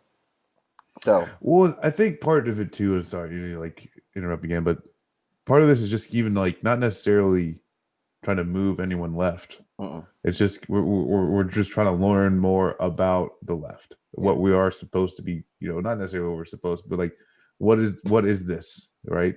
What is the actual thing? Going to the source and not just listening to a podcast or a YouTube video and then, you know, regurgitating those opinions. yeah. I want to learn with you, and that's why I'm reading. I'm not doing this as to teach or to like say, hey, this is how it should be or shouldn't be. And I think Yeah. this, you know, these are a lot of things a lot of things in these books you can take with a grain of salt and just be like, okay, but here's the main points that I kind of want to Well, talk and about, you you know? should. And that's I think that's something that we hit on the first episode and that we're, you know, that I'm hitting now. Part of what we want to do also is focus on people other than Marx, Lenin, and white dudes that have written about socialism. And we will, you know, like we're going to be getting that. I think, yeah, but Yeah. well, not next week, but the next book, or maybe, you know, like two down, you know, like Yeah, we'll start with getting to Rosa like Luxemburg. Lenin and then Rosa. Yeah, I think I'm going to finish up this book and then Yeah, I'm going to read State and Revolution by Lenin, and then I'm going to read Rosa Luxemburg's critique on State and which Revolution. yes. So and like and that's the whole thing, and like then, you know, opening up the door to all of the other ideas that have come into this since, you know, Marx and Lenin have, you know, set their fucking flag in the ground. Yeah, So yeah, all right, cool. Then we continue, continue. Sorry, Sensei. I'm checking the football score. In any case, The sports ball. sports ball. In any case, a system which springs up talks about spontaneity. In any case, a system which springs up spontaneously under stress of immediate need will be indefinitely preferable to anything invented between four walls by hidebound theorists sitting on any number of committees. And this is really just a point to hit home of like, you know, the sitting in a room talking about, hey, what do we do next is not as powerful as what happens when workers collectively, I guess, strike. If there's like a massive strike, if there's like international unions that say, hey, we're all gonna strike, that's more powerful than um, just us sitting in this stream talking about it, right? Yeah, 100%. I mean, that's the shit we talk about all the time. It's like Yeah. you could fucking throw that hashtag general strike all the fuck you want. Yeah. Do it. It's not gonna do shit. Start co-conspirating about starting a union in your workplace if you don't have one, and that's actually getting towards the general strike, you know. Yeah. I mean, we already have Facts. infighting in the comments, but it's whatever. It's gonna Which is happen. good. It's Fucking good. talk it Yeah, out. good. Talk it out. Just don't go personal. It's Word, word, word. And like that's the thing too, is that like it seems like it has also too is like, you know, blackness is not a singular thing. It's an individual thing that we collectively share. Um, so if it's two black people arguing about black shit, you don't put your blackness on somebody else. Don't expect them to put their blackness on you. But understand that like we understand what blackness is based off the reality of like the United States and like the racist system, the shit like that. impression. Yeah, the Yeah. oppression for capital. Um, But I got a question for yeah. you, Marcus, from the book. But upon what basis must society be organized in order that all may have their due share of food produce? That is the question that meets us at the onset. I don't think that's a hard question. How much do you need to eat? Hmm. And then, like that's like we've hit on it a few times. Like we produce more than necessary. We were driving potatoes into the earth during a pandemic. You know, we were dumping milk down the drain during a pandemic. Well, people were like literally like that's it. Like that time, like shit was like fucking bad in my area, where me and my partner would like fucking like spend $100 on groceries just for like families that would just put their needs on a website, right? It was like anonymous thing. You're just like, oh hey, yeah, we're picking up for this family, buy some shit, and it's like milk, diapers, Yeah. like shit people need to fucking eat. And it's like especially with our current system, right? Like cow's milk, it's literally blasting out the fucking udder with what we've done to these fucking animals. I feel so bad for these motherfuckers. And we just dump it out. If the market does not allow for someone to extract capital from it, Hmm. they literally just poured it down the drain. And so easily there is a better way to allocate where food goes. And I would say to the hungriest belly. And it literally doesn't fucking matter. We produce so much. Yes. We produce so much just for the amount of meat that we produce in this, like half of our food production in this country goes to the meat animals, So meat that's your cattle. answer, right? Which is Yeah. brilliant. And I'm gonna say Brilliant. Sorry. K Popkins answer. We answer that there are no two ways of it. There is only one way in which communism can be established equitably. Only one way which satisfies our instincts of justice and at the same time practical, namely the system already adopted by the agrarian communes of Europe. Exactly what you just said. By to their needs. And you don't need a fucking steak and lobster every night, right? You don't need caviar. You don't need fucking gold chocolate. And But that's what, but like man, so who is it? Central Committee, Mike from PA. If you listen to Majority Road, but if you're a streamer, Central Committee on Twitch, awesome fucking dude, real smart guy. I'm like he said this, and I'm in the same boat. I want to be a fucking champagne socialist. Like we've got the fucking technology. We could do this shit. We could be living lavish, right? You can have like a fish fucking ecosystem yes. in a underground fucking tank. In which case, caviar is just fucking. We're taking baths in that shit. Yep. I don't give a fuck. We could do that. We we could. We literally fucking could. Take the time people are fucking building goddamn Tomahawk missiles and F-35s and just put them into producing goddamn organic fucking caviar. It'll happen. So he talks a lot about. So here we go. But though we are quite aware of all these facts, that like cooking 100 weight potatoes would not prevent each cook or housewife from dressing and serving them in a way she pleases. Uh, and we know that stock made from meat can be converted into 100 different soups to suit 100 different tastes. But though we are quite aware of all these facts, we still maintain that no one has a right to force a housewife to take her potatoes from the communal kitchen, ready cooked, if she prefers to cook them herself in her own pot on her own fire.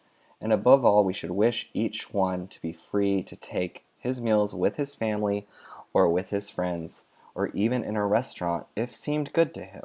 So he is arguing, like, you can have a restaurant, you can have communal living, you can have things with a way to without the capital. Well, and that's the thing is like I feel like too is like get rid of the means testing. So like part of this is like a critique on capitalism outright. Part of it is a critique on the liberal answer, right? Is Hmm. to interact or input regulations, means tested programs to help X, Y, and Z, right? It's like don't tell nobody what the fuck to do with their potatoes. Yeah. Just And give them so, the fucking potatoes and leave it the fuck alone. Because the process of deciding what to do with those potatoes, it costs more, right? It's just more fucking bullshit. It's just a bureaucracy that is an extra waste of time. mhm. So again, continues. Naturally, large public kitchens will spring up to take place of restaurants where people are poisoned nowadays. Already, the Parisian housewife gets the stock for her soup from the butcher and transforms it into whatever soup she likes. The London housekeepers know that they can have a joint roasted or an apple or rhubarb tart baked at the bakeries for a trifling sum, thus economizing, monetizing time and fuel. And when the communal kitchen, the common bakehouse of the future, is established, and people can get their food cooked without the risk of being cheated or poisoned, the custom will no doubt become general of going to the communal kitchen for fundamental parts of the meal, leaving the last touches to be added as individual taste shall suggest. But to make a hard and fast rule of this, to make a duty of taking home our food ready cooked, that would be as repugnant to our modern minds as the ideas of the convent or the barrack, morbid ideas born in brains warped by tyranny and superstition. And that's just, go ahead. No, I think I mean like yeah, it's like I know plenty of people that love to cook, you know, Hmm. like and I'm sure everyone has met someone that's like, oh, I enjoy cooking, right? It's like a art and enjoy making things and blah blah blah blah blah blah blah blah. You know, like there are people who want to feed people who can't, you know? Hmm. Like there are people who are like, man, I'd love to open a restaurant because you're like I want to that's something that's my passion and I want to fucking cook and blah blah blah blah whatever. They can't. They can't get a loan. They from the government. They can't get a loan from a bank. They can't get a loan from no one. Grants, no nothing, no help, no nothing. And all they want to do is like fucking cook for people. You could be that whatever. They maybe have a felony. Oh, so you're just fucked for the rest of your life. Yeah. Uh, maybe you have a bad fucking credit, right? Yeah. Like all the fucking things, and like that's things like all of the ways where the system can insert its prejudice on you if you're for one poor, if you've got some type of fucking disability, right? And then now we can go into the fucking black native if you're like any type of way that this system will try and fuck with you, right? It's like it Yeah. all keep going, and that's where you need to get rid of it. I feel like this we need to I want to change the nickname of this book. It's no longer the bread book to me. It's cut the bullshit. Yeah. And so here he kind of talks about like the society where work is free will have nothing to fear from idlers, right? And that's where it takes away the whole monetary aspect of society. Like if there's no wages, if no one's paid a wage, like then it's all communal, right? But provisions will run short in a month. I like Peter's humor here. But provisions will run short in a month, our critics at once exclaim. So much the better, say we. It will prove that for the first time on record the people have had enough to eat. As to the question of obtaining fresh supplies, we shall discuss the means in our next chapter. So he's just like kind of taking a shot at all these people who are like, well, what do we do? How do we get the food and stuff? Yeah. And he does talk about that in the next chapter. Certainly, it would be very desirable that all Europe should rise at once. And it kind of talks about like the expropriation and how the revolution works, right? So ideally, wants everyone to rise at once, and that's also a question about revolutionary politics. That like, how does this work, right? Where we talk about communism doesn't have borders and a revolution isn't a national thing; it's an international thing. And he really goes into detail with this. Certainly, it would not be very desirable that all Europe should rise at once, that expropriation should be general, and that communistic principles should inspire all and sundry. Such a universal rising would do much to simplify the task of our century. But all the signs lead us to believe that will not take place. That the revolution will embrace Europe, we do not doubt. If one of the four great continental capitals, Paris, Vienna, Brussels, or Berlin, rises in revolution and overturns the government, it is almost certain that the three others will follow its example within a few weeks' time. It is moreover highly probable that the peninsulas, and even London and St. Petersburg, would not be long to following suit. But whether the revolution would everywhere exhibit the same characteristics is highly doubtful.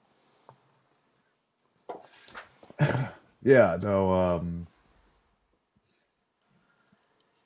I would say if we're gonna have if it was like you know, like let's say a flashpoint, and yes, the world kind of was pushed into revolution. Um, the U.S. front is going to be the worst. Yeah. Well, the Like, U.S. front's so so wild. Yeah, that's so like wild to listen. Yeah, look at. that's where, you know, he's talking about like European countries, and his understanding of what the United States was then was pretty spot on. Mm-hmm. You know, some of his critiques of the United States, like, and they're easy, right? You know, like the U.S., like this whole thing of like people like coming into it, like, oh wow, like the U.S., the Constitution was kind of bullshit because there was, you know, like that's like some type of like understanding that Americans come to sometimes in their like mid-20s. Yeah. But it's like it's like a no duh fucking thing, right? Contemporaries of the time were saying, "Hey, this Constitution thing doesn't make any fucking sense." But what we have now, it's I think it would I would be curious to hear what he would have to say about the United States right now, and I would assume it would be a much more terrified and extreme, you know, response to whatever the fuck is going on here. Yep. Because like, and that's like the notion, like there's domestic terrorists running presidential candidates and their supporters off the fucking road. Yeah. Yeah. All over the country. Yeah. Modern like socialist communist theory, anarchist communist theory is. I wish these dudes would be alive. Like instead, yeah. Sorry, but chaos saying my hobby is making 4-foot snowmen out of communal potatoes. Down. Hey, to each their But you wants and could, needs. man. That's like, but like that's the thing too. It's like maybe as you're doing that, someone who is like really like invested in art and they, you know a little about art, like, hey, there, Mr. Chaos. Instead of wasting the communal potatoes, we've got this like plaster and clay, or maybe you work with stone, metal work. You know, there's all types of shit, glass blowing. Instead of fucking around with potatoes, you could be doing some dope shit. And then, you know, hopefully the young potato artist would be like, yeah, okay, I'll stop wasting the community potatoes. Yeah. So he does talk, besides, we do not believe that in any one country the revolution will be accomplished at a stroke, in the twinkling of an eye, as some socialists dream. It is highly probable that the Bordeaux were to proclaim the commune, that others would follow its example, and that many smaller towns would do the same. Probably also various mining districts and industrial centers would hasten to rid themselves of owners and masters, and form themselves into free groups. So I mean, that's where you just in our city in revolt, and where does that go? And you look at the United States, it's like it would be it'd be wild to watch any of this like happen in the United States. But like, yeah, it's theory. Yeah, no, I mean, like, I gotta wonder, even like, it's just like, even me saying this out loud. And so, up until today, I think I was like denying, oh shit, what about Huey? Senator Huey? Senator Huey or like Canic or fucking Anyone? I got a mod myself. Spirit left Um, too, and they dang. were a good mod. But either way, Like Explosion Bunny still around? I can make you a mod real we'll, fast. we'll be all right. Um, Yeah, hit the Discord cloud. Thank you. See if anyone can hop on. what the fuck was I even saying? Now we're just talking about mods. I'm sorry. I lost it. So, and this is these aren't some important paragraphs talking about like getting rid of money and how important that could be for the, I guess, the peasant or the worker, right? We must offer to the peasant in exchange for his toil not worthless paper money, but the manufactured articles of which he stands on immediate need. He lacks the proper implements to till the land, clothes to protect him from the inclemencies of weather, lamps and oil to replace his miserable rushlight and tallow dip, spades, rakes, plows. A thing, all things, all these things under present conditions, the peasant is forced to do without, not because he does not feel the need of them, but because in his life of struggle and privation, 1,000 useful things are beyond his reach, because he has not money to buy them. So this is saying, hey, we need to provide all the workers their basic needs. I mean, if they're a farm worker, they get plows, they get the needs, what they need to do what they get, but also clothes and food and shelter and things like that for their Can family. and not that we're like I'm in a rush or anything, but there's a kind of like a question about hobbies, and I know Kropotkin goes over this a little bit, but it might be I don't know if this is in this part of the book or if this is going to be in the latter half. I'm not sure. I think it's in the latter half, Okay, probably. then yeah, which I think yeah, I'm pretty sure it is because it's after the all the important stuff. Um, but I would like to kind of like even address the question of like, yeah, what about hobbies? But once again, we get caught up in in the like, oh, we might like I personally might have to now do some labor in order to produce like food, blah blah blah, whatever. Hmm. And like the end of the day, it's like probably not. Oh yeah, he does go into that a little bit more on ways and means, where he talks about like Okay, how yeah, much work labor it actually takes to be able to, yes, yes. yeah, So when he's speaking in 1829, under 1892. or 1892, excuse me, dyslexic It's okay, it happens. kicks in. He's speaking in 1892. Yeah. So his understanding of production is much different than ours, Hmm. and much different than what ours could be if we actually devoted, you know what I'm saying, if we actually devoted our resources to producing something that's like holistically good for our species and all species. Yes. You know, if we focused on that, who knows what we could do in 10 years? Who knows what we could do in 5 years? But we necessarily can't under the structure that we have now. Ooh, crawling chaos. Maybe make them a mod or something.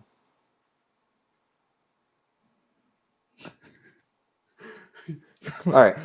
Anyways, uh, all right. Bye, Explosion Bunny. Love you. I'll text you. This then is our view of the whole question. Cheat the peasant no longer with scraps of paper. He talks a lot about like taking away taxes, no more like government bureaus coming to inspect his land and say, hey, you shouldn't do this, you should do that. Uh, but you also take away the capital, so there's no longer the need to, exploit the land. And we're talking about climate change too, and that's how I read it, right? So that's how I see he is addressing it, but like we have to think about the new age, and like if we take away the regulations, but you also take away the need for creating that capitalism, right? So you don't Yeah, have to yeah. destroy the planet in order for capital.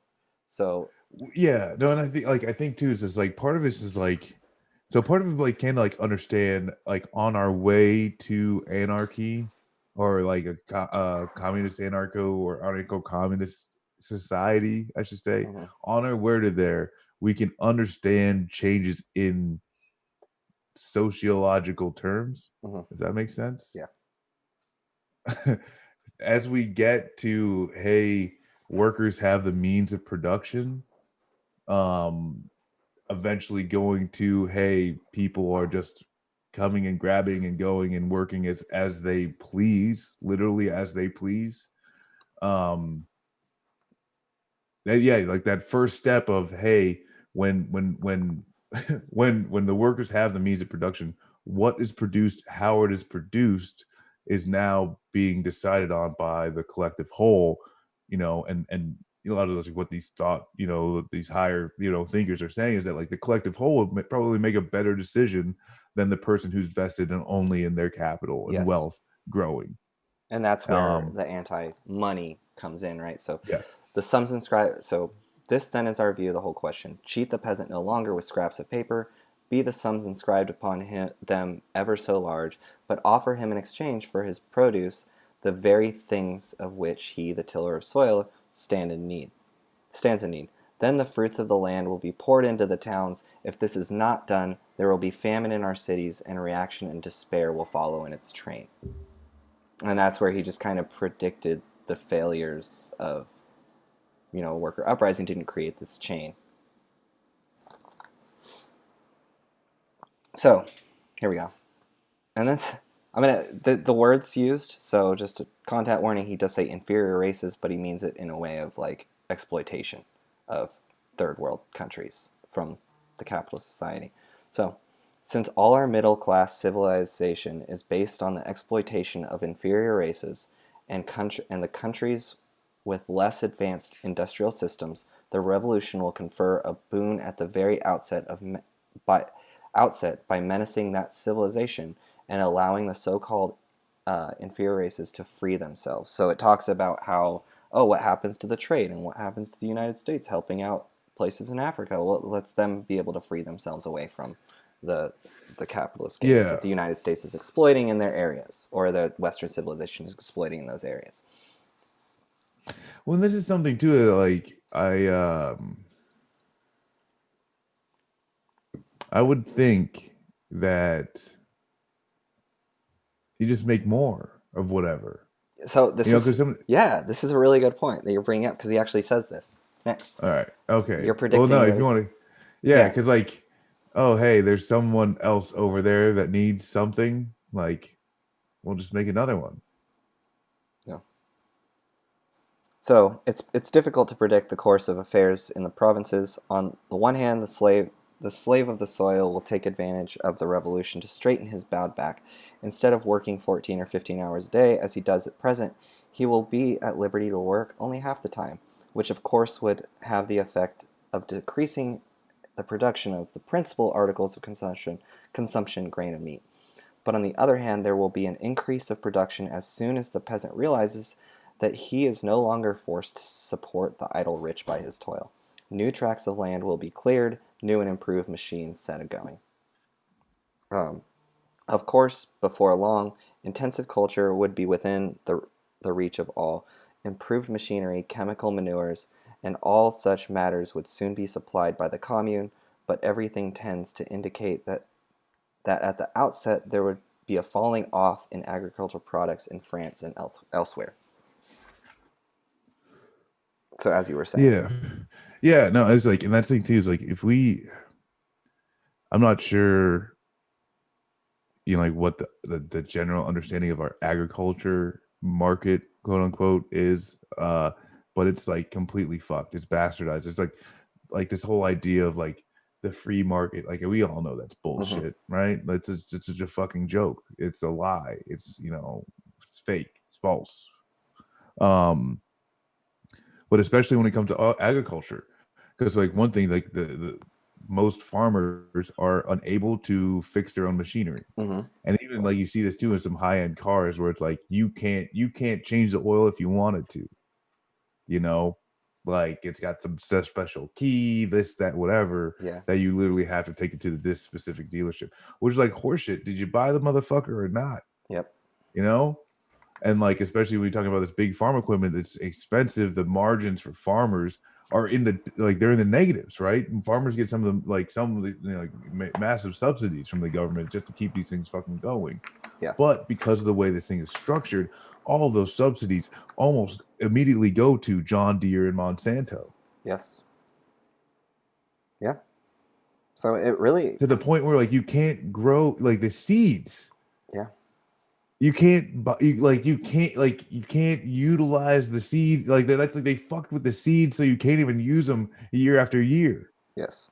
So it's like they're fucking up plants, they're fucking up vegetation in order to make it the more easier to extract wealth from farmers, Yes. from the people who make our food. It's like fucked shit, right? This is just insane. Now we have, I only have about 4 more points here. Okay, yeah. Sorry, I'll shut up and No, let's this is drive her home. good, but we're done with food, thank God, because that was actually a really long chapter, and there was a lot that goes into that, like how. And once again, I feed wanted to everyone. say the canned bread is in the whole 15 volumes. Mhm. He goes specifically into canned bread in other. I think it's other called texts. DOS canned bread or something like that. Yes.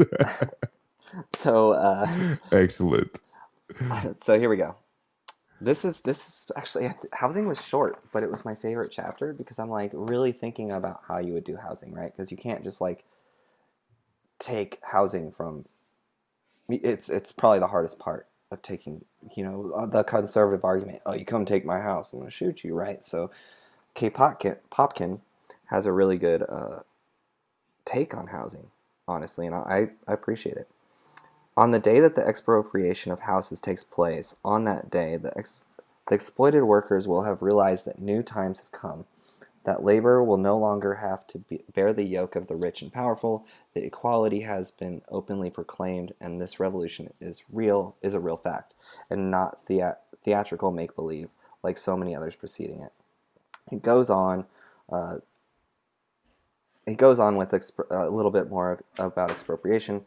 It seems very likely that as soon as expropriation is fairly started, groups of volunteers will spring up in every district, street, and block of houses, and undertake to inquire into the number of flats and houses which are empty and of those which are overcrowded, the unwholesome slums, and the houses which are too spacious for their occupants, and might well be used to house those who are stifled in swarming tenements.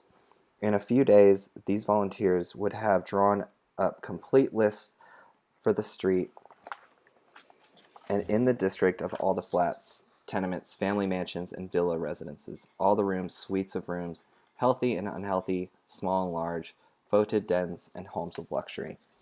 And that's one of the questions that people are like, oh, well, the rich people, you're not taking their houses, right? Well, we're taking away their servants. We're taking away their labor. We're taking away the people who take care of the shit that they do, right?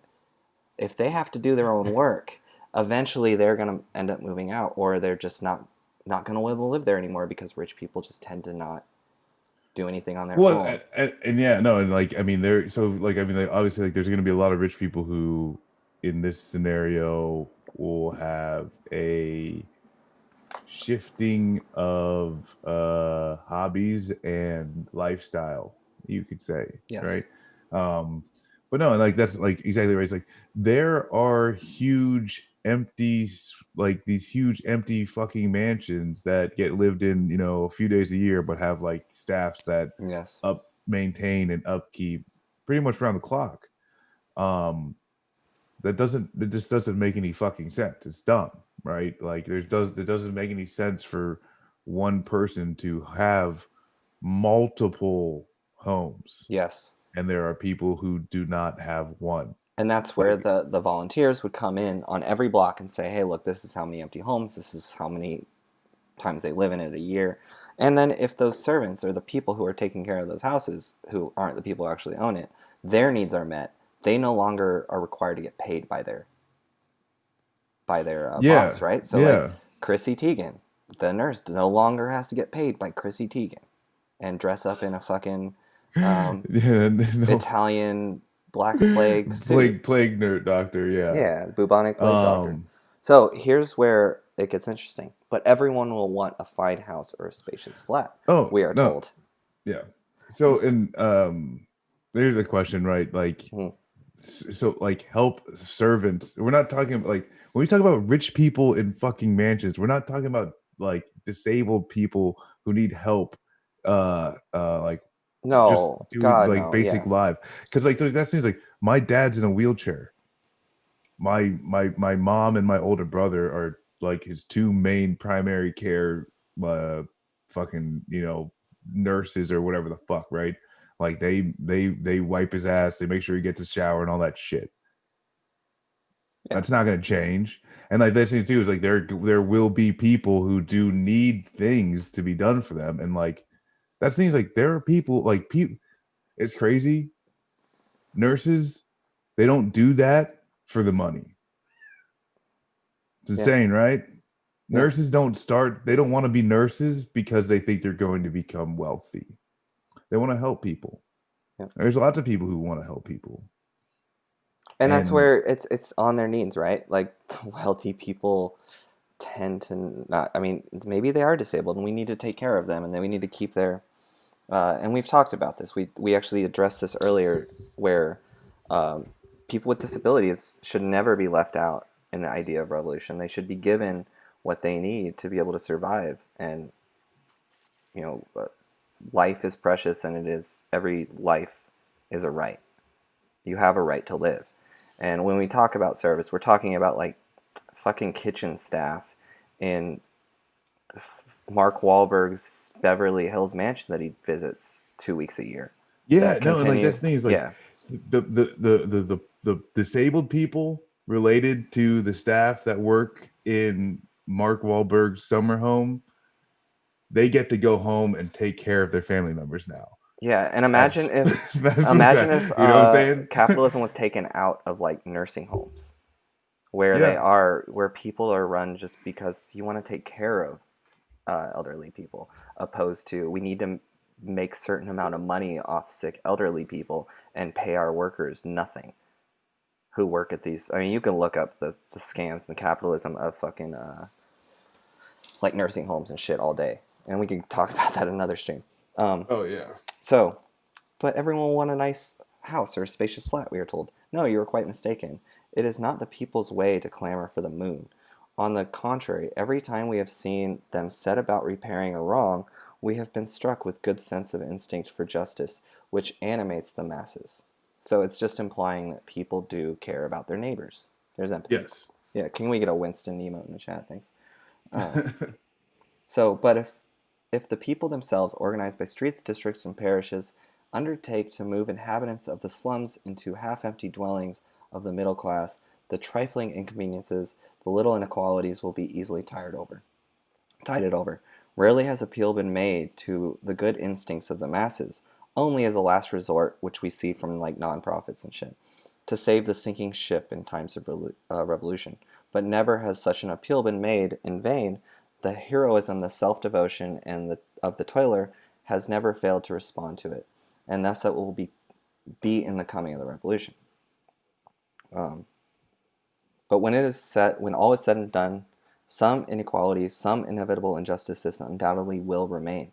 There are individuals in our societies whom no great crisis can lift out of the deep mire of egoism in which they are sunk. The question, however, is not whether there will be injustices or no, but rather how to limit the number of them. So he is acknowledging the fact that there are injustices in the world, and they're fucking egoistic pieces of shit who might never want to give, like, when you do this redistricting of houses and shit and doing an inventory on how many rooms you have in your house, but you only live there alone. Oh, you live in a 5-bedroom house, but you live alone. Maybe we can appropriate 4 of those rooms to people who need them, right? They Yeah. might not take too kindly, but I think there are kind-hearted people when you take out monetary incentives. Yeah. Well, and I think there too is like there like in some of these cases, you have mega homes that could house Mm-hmm. hundreds of people. You know, like There's spaces that are just built and empty that could like house like hundreds and hundreds of people, or just like hotels and all types of shit. That's just like if Yeah. you take away capitalism, If your needs are you met, know, if your if your base needs are needs met, are met, right? So exactly. you have carpenters who do things, carpenters, builders, plumbers do things because of incentivized capital. You take that away, guess what? They're living in your building. Like I have two HVAC people living in my complex. It would be like if they didn't have this job that they had to go to for capital and all their needs were met and there were no mortgages and no rent, guess what? You just fucking live and work on your own shit and you provide for the Yeah. community.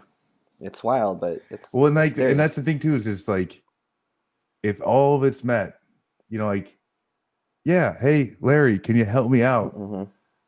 Sure. I literally have nothing better to do.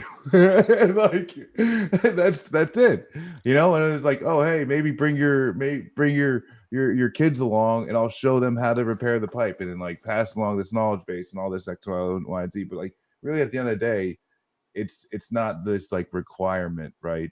Mm-hmm. um, that people need this monetary incentive in order to do the right thing. And like, cause like that's the reason we just know it's not true.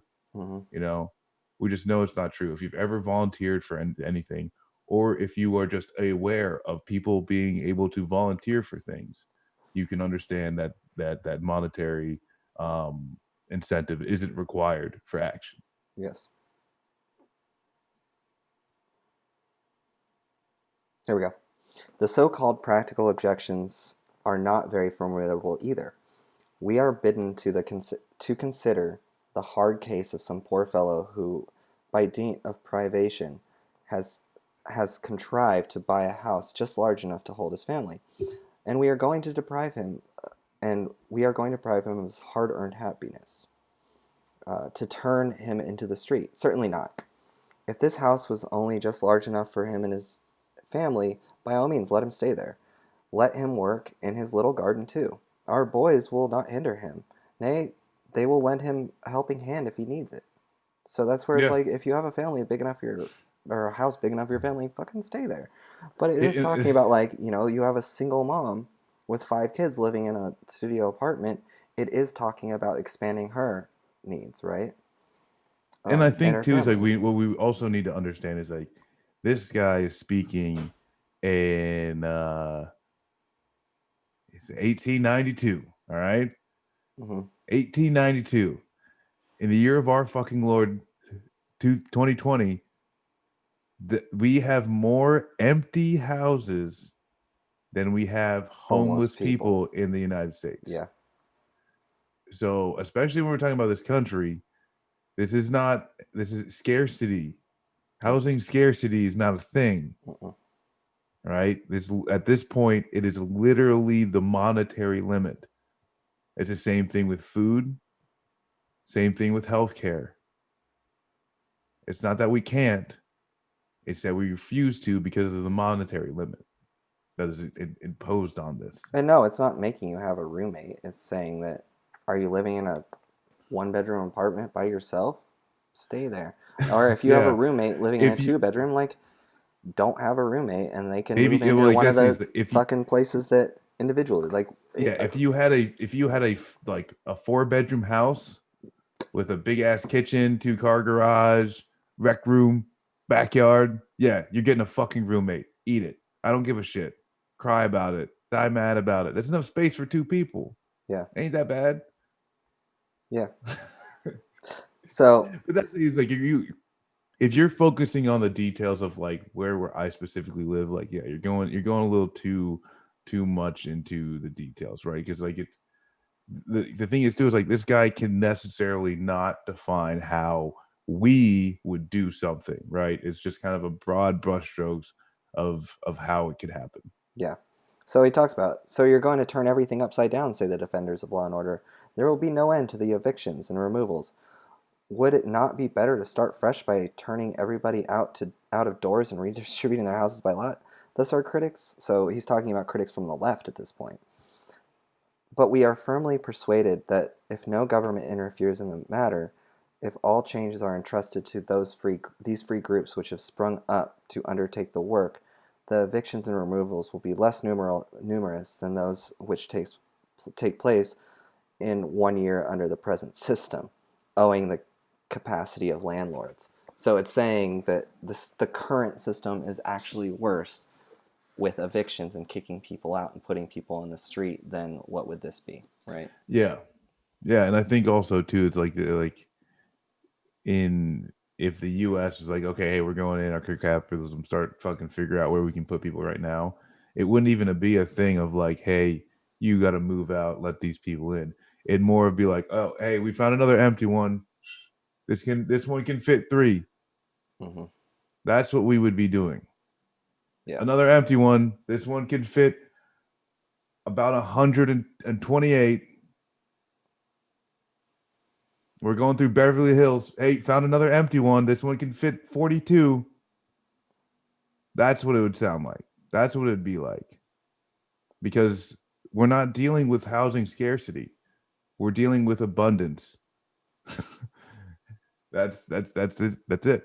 Yeah, and there have been communes that work. The Paris Commune, he brings this up a lot. It's not the Paris Commune an instance in point. So he talks about like these things have worked, and it is a mass, you know, kind of society. So next chapter is clothing, chapter 7. So we've passed housing, clothing. Obviously, we shall not need for that to despoil all citizens of coats. It's not asking everyone to give up their coats and then passing it out. He argues highly against that. He says we need to take over the stores and take over the warehouses and seize the means of production so we can have, because there's enough clout. I bet you there's enough clothing in the mall 3 miles north of me to house every single person in. Or to clothe, yeah. Yeah, I mean, Yeah. clothing's probably the easiest one of Yes. like you seize That's like the another fucking thing where means. it's like there's just so much of this shit. And There's too much of it. We don't need. yeah. Well, he talks about like, oh, but you want everyone in gray uniformity. He's like, no, not at all. You still basing our reasonings on what already exists. We are going to show how an anarchist I society. can't hear you. I don't know what happened. Oh, did I break up? Am I back? I think I'm back. So he talks about like, oh, but it must be urged that these gray uniformity and everything beautiful in life and art. So he's talking about like fashion, and all the people are like, oh, but I can't buy my leather jacket and my nice things. It's like, certainly not, we reply, and still basing our reasonings on what already exists, we are going to show how an anarchist society could satisfy its most artistic taste of its citizens without allowing them to amass the fortunes of a millionaire. So you can still have taste with your clothing, you can still have art, you can still have culture, you just aren't doing it for capital. You know? That's what he's saying. You there? Yeah. Some. Can you hear me? Yeah. All right. Yeah. Cool. Sorry, you were going for like it was. This shit was just fucking stuck. Like there are clothing people who like would rather just make clothes for people than actually like go to their day job, you know? If their needs are met, if they have a house, if they have food. Yeah. Well, and the thing is too is that like also like once the needs are met, people thank you. I fight for them for the gifting subs. You're the best. You are the best. But no, like with clothes, so that's another thing. Like when we're talking about like, hey, the minimum to keep people warm and safe from the elements, done. Easy. We've already accomplished that. It's just not everybody has it because, well, you know, I'd say more of like the housing would be an issue rather than clothing, right? You don't see like Kirby brings up a really good people point. running around without them. And this is actually addressed. It's like people, what about the people who want Gucci and shit? Not being able to offer each man a stable lined coat and every woman a velvet gown, society would probably distinguish between the superfluous and the necessary, and prove whether what is a luxury day to day or today may not become to all tomorrow. While the necessary clothing would be guaranteed to each inhabitant of the anarchist city, it would be left to private activity to provide for the sick and feeble those things, provisionally considered as luxuries, and to procure for the less robust such special articles as would not enter into the daily consumption of ordinary citizens. So, I mean, he just doesn't give a fuck if you want a Gucci or Prada, honestly, and I don't really either. I think that's kind of a little overbearing. Some people do want that, but that's also because we've been told that that's a class thing. If you have Gucci and Prada, you are more than likely are not going to be listening to our stream or care to listen to our stream. Yeah, like this, I don't even get it. To be honest with you, I'm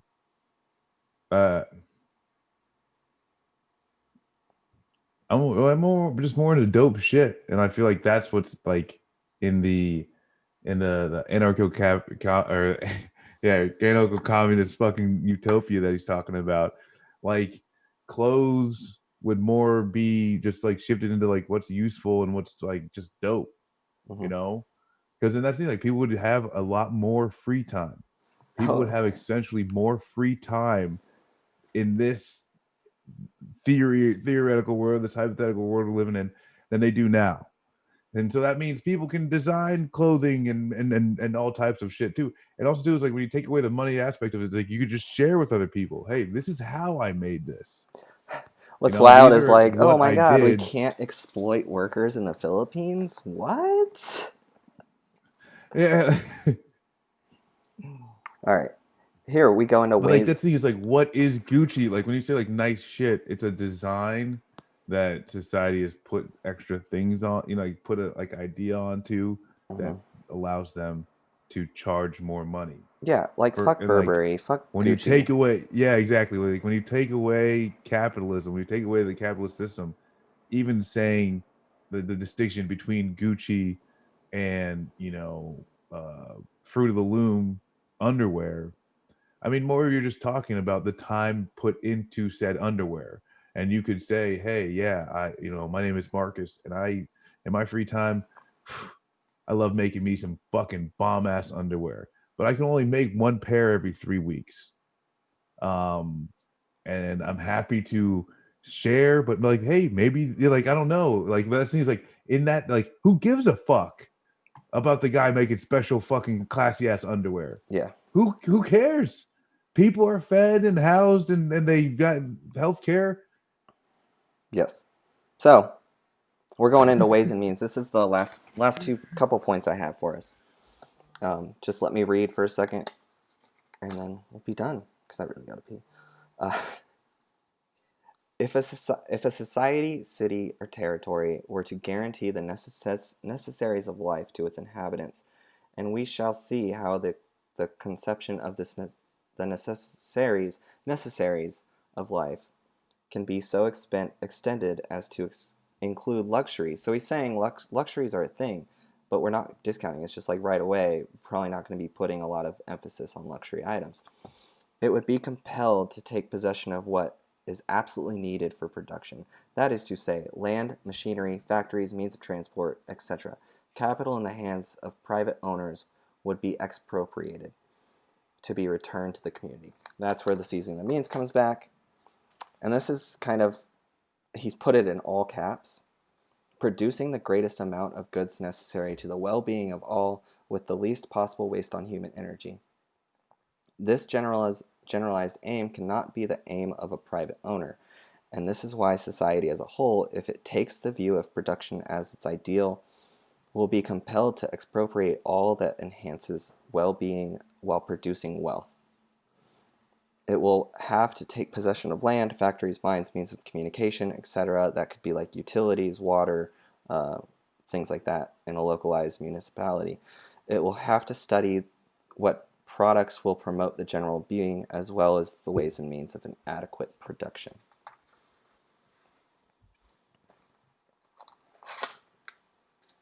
Yeah. No, I mean like kind of hits on like what we're talking about, right? It's like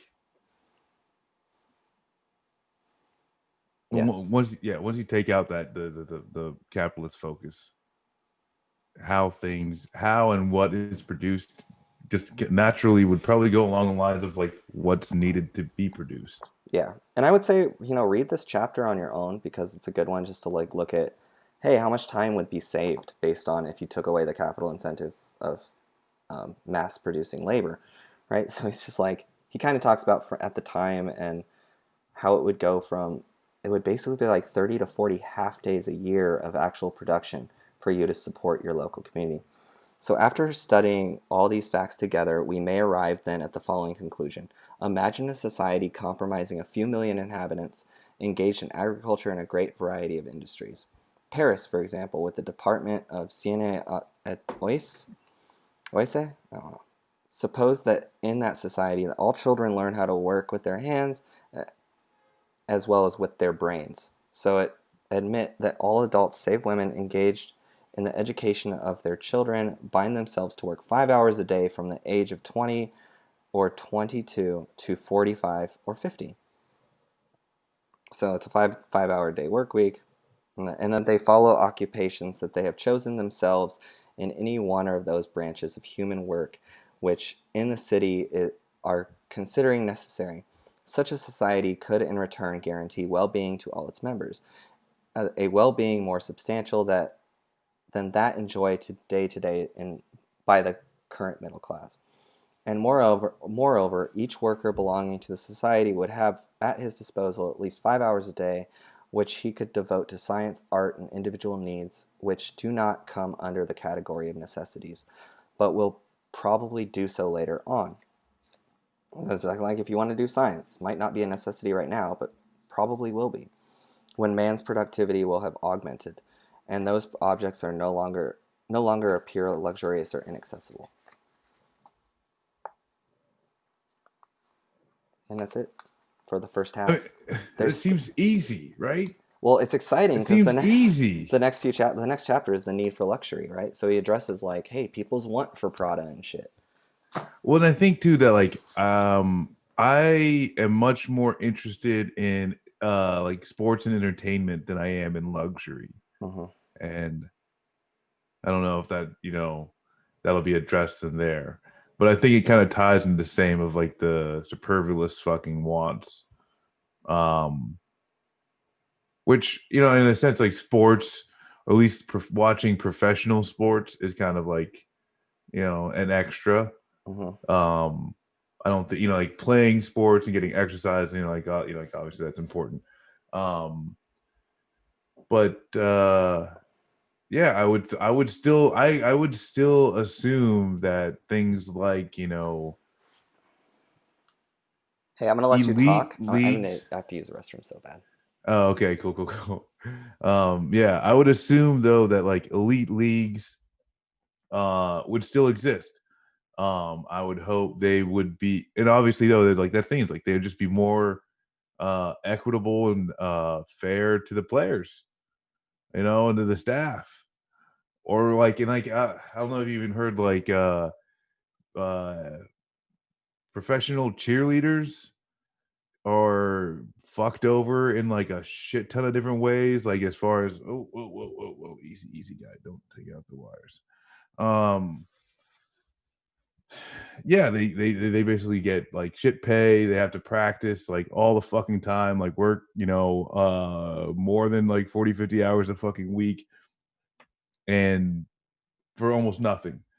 And yeah, it's like if people wanted to just do that for fun, like doing dance and all this such type of stuff, performing, tons of people would probably want to do that, but there's like always this fucking cost barrier. And the thing is too is that some of these things like the elite do it on purpose, like ballet, right? I don't know how. And I don't know, like those shoes, like those, like those like the toe shoes, they need to be expensive. They can be expensive. You got to buy certain ones every once in a while, but the biggest, like, but it's just like getting to ballet, understanding fencing, right? That's another thing. Polo, or like with the horses and shit. Um, yeah. You know what's weird too? Like lacrosse, hockey, especially like lacrosse. Like that's like it's a Native American sport. That's how it started. But you fucking commercialized it. Now it's like a preppy thing. Like, white people can take whatever the fuck that they want. It does not matter. They'll take it and they'll commercialize it. But yeah, I think football play, and that's something that like I personally I feel bad about it. I feel bad about like watching football, knowing what it does to the players, and like I think, for the most they're kind of sliding into the right direction as far as like head injuries and all that type of shit. But no, at the end of the day, if people are better, if all the people are able to make decisions, I think it would be right. And there's like argument for like going to like going back to leather helmets. Because like if motherfuckers know that they're gonna hurt their fucking grill, guess what? You keep your head up, you put your ear on them, you do the form tackle so you don't screw yourself up. But it is because the pads have been so protecting of honestly just the outside layer, right? Yeah. Like football pads really don't protect your internal organs to include your brain. They only protect the outside layer. So, and because it's gotten so much better, people are able to run faster and hit harder. And yeah, we see over time it's extremely damaging. Yeah, Yeah. brainworms from sports ball. No, sports ball doesn't go away under like a communist society. I think that's Well, and that's something that we were talking in the chat. Is like things will be more available. Like ballet, fencing was another thing. Quidditch, Cannons will finally be able to play that yeah. hippie shit. I don't know what Quidditch is. Is that the thing from Harry Potter? I think so. Yeah. Ugh. Yeah. Jesus. Harry Potter stands? Get out of here. Just kidding. Libs. I'm a Slytherin, apparently. I'm the snake one. If that's a Slytherin, I just can only assume. We are done with the first half of Kropotkin's Conquest of Bread. It's a deep book, guys. Like, if you want to read on your own, it's a lot to take in. Just to, like, I do this for you, It's fucking... But, yeah, he makes a very strong argument against money. I've not been the one to come out against like, oh yeah, we need to get rid of money. I do think we should abolish the stock market, but I never went as far as like we should abolish like the monetary income, unless it's like a localized society system. I don't know. Yeah, no, I think, and that is like obviously some that's more and more difficult. Yes. To your question, I am excited to talk about us successfully ratioing Charlotte Clymer last night. Oh yeah. Well, yeah.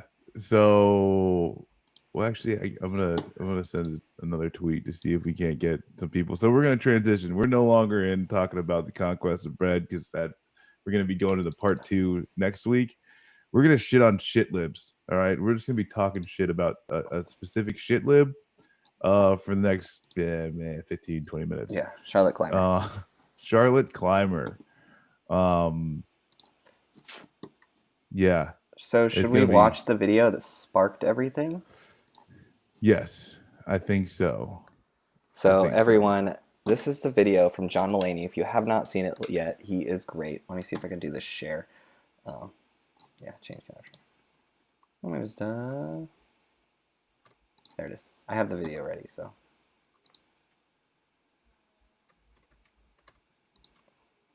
Okay. No, god damn it. Sorry. Get rid of the book. There.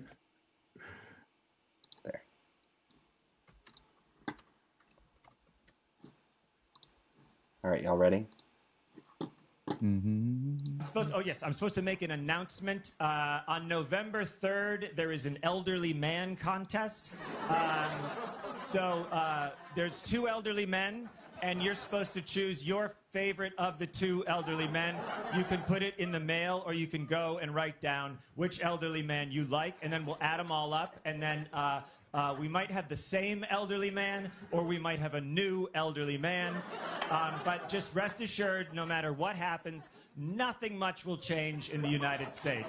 The rich will continue to prosper while the poor languish. Families will be upended by mental illness and drug addiction.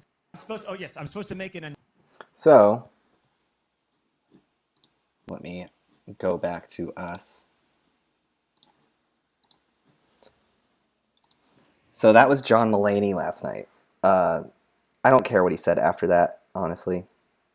I know he just like went in on like Jane Lynch or something, like said something. But what he said right there is extremely important and extremely correct. Yeah. Oh, you couldn't see the video? Oh, my bad. I don't know. Oh, do you want to try? I mean, he's just doing stand up. Yeah, it's just I can send the link to the chat too. Well, I don't even know if you want to like bring it like back because like Charlotte Clymer, and some of the things that she said, because like it's a lot of back and forth, and like there are people kind of going back and forth all day, and it's just absurd. Yeah, let's go back. Can I capture? It's just simply absurd that people say this shit and they're serious. And the thing is too is like, so Charlotte Clyburn is a part of like the Truman National Security Program, whatever the hell. Yeah, she's Truman National Security Project, which is a fucking neo-lib grift for veterans. Yeah. Well, I think it's not just for veterans, I don't think. No, they have a lot of, it was supposed to be, yeah. Okay. Well, no, and they might just have like a veteran specific thing, but I don't know. Either way, Charlotte Clyburn is part of it, and they have this like neo-lib fucking take of like, oh no, the drone strikes were good actually. Obama's drone strikes were good actually, right? Like that's like the type of bullshit that they pull. And yeah, it's all the fucking neo-lib thing of like, oh well, just less manned vehicles is somehow better. It was like we're because you're only counting in our losses, which is fucking bullshit. Especially when there's civilians dying. We're not talking about like combatants. Yeah. And that's where her getting pissed that a comedian is talking real shit. It's absurd. It's ridiculous. Yes. Sorry, I'm go away for a second, but I just want to see the ratio here. So we have 7.4 thousand likes on our video replying to her, and only 73 replies. They were all actually pretty supportive of our tweet, but fucking, we got more likes and more tweets, or now retweets, than Charlotte Clymer. Oh yeah, ratioed. Got your ass. Done. Charlotte, we got your ass. And it was good too. Charlotte's awful. I have so much. She is terrible. My friend just found out she was a veteran the other day. No, we're 5 retweets away. So can we get a couple of retweets on that, please? She has 1245. We have 1240 on that video that I shared in the chat. Yeah, let's get on it, gang, crew. Yep. But and the thing that like makes is just frustrating because we've been saying this shit the whole time. Hey, Bernie is the fucking he was the compromise, right? Like he was just the closest thing to what we want. What they are talking about now is just bullshit. Yeah. It's this idea that Joe Biden's some second coming of no one. And like, I don't know who the fuck they think he is. I already but the man himself said nothing will fundamentally change. Yes, he did. And you're coming after a comedian for repeating that shit? Well, my favorite replies were just like, I disagree because I'm a woman, and I have like it was I think Kate was her name, and we also ratioed her tweet, which was a reply. It's like, oh well, my uterus disagrees and all this shit, and I was like, and the use of vulnerable populations and saying like, oh yeah, life is going to change under Biden. I don't believe it will. I don't think the deportations or the separating of families or the cages or the shit, the ice. Why is it mostly white people that say that shit? I don't know. Hmm. Savior complex. Because like that's the thing. So like I look at this, like almost like oh the marginalized communities, and it's like just mad fucking white people just ready to just wear a oppression coat for a few minutes. Mm-hmm. And this is where like it makes me upset too. Is like all these motherfuckers that are still like standing RBG are still not caring about women getting their fucking organs taken out without their consent. No. And Why wasn't that an impeachment article? Like, why didn't Nancy Pelosi sign the fucking letter to the UN to investigate U.S. war crimes against their international war crimes or international crimes against humanity? Sorry. Yes. My brain hurts. Either way, Hague. We need the Hague. We need the International Criminal fucking Court to look into our shit. And they've already sent envoys because there are places all over this nation where people are living in extreme poverty, what the UN considers extreme poverty, the lowest they can go. Mm-hmm. What is this, right? This is the best country in the world? Like, you Fuck think outta here COVID's with going to be that. different? Biden straight up said on his tweet the other day, I will not stop the economy. I will not stop the country. I will stop the virus. How are you going to do that, dude? You can't do number 3 without doing 1 and 2. You just can't. And I don't understand I really don't believe, and I will continue to say this, I don't think a Biden leadership in January of this year would be much different than a Trump leadership as far as COVID cases go. I think we might have a national mask mandate, but that's about it. See, I think they might get some. They'll pass something that gives a fuck ton of funding to states. A few like a few months of stimulus checks, Mm-hmm. whatever. At the end of the day, anything that they do in that bill that'll be used to say, hey, this is why we can't do this, that, and whatever for the rest of his candidate or rest of his presidency. Yeah, it'll be upfront. Hey, we'll do something from COVID, and then he'll literally ride that into austerity. Yeah. And then that's when we get fucking Tom Cotton and Tulsi Gabbard. Absolutely. Or Dan Crenshaw and Tulsi. Dan Crenshaw and Tulsi. Absolutely. Man, as our viewers are going up right now, geez. Welcome, everyone. Well, I put a tweet out saying, "Hey, we're talking shit on Charlotte Clymer," and I wish I could do more, general. but my computer is it's been at 4% the last hour and a half. Oh, if I do anything more, I'm afraid I'm going to kill it.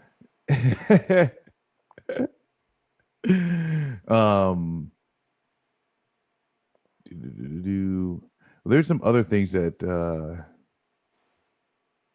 Charlotte had said that just didn't make any sense. But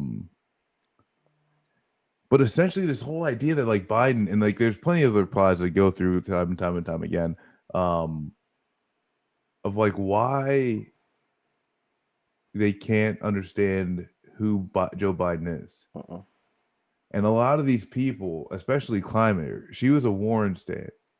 Yeah. I'd be curious to what some of the things that she was actually saying about Joe Biden when Warren was in the race.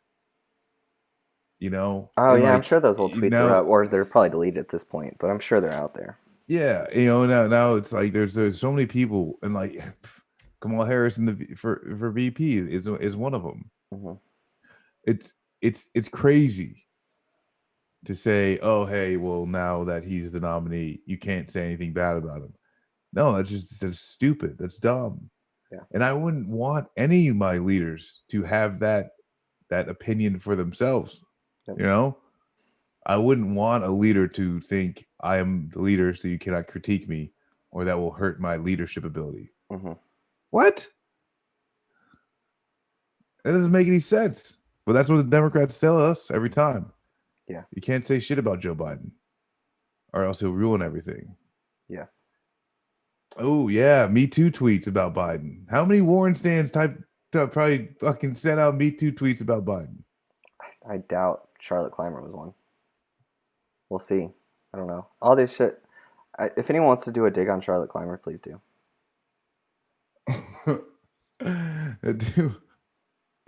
do the deep dive on Charlotte. Mm-hmm. She's easily one of the worst shit libs. She is. Easily.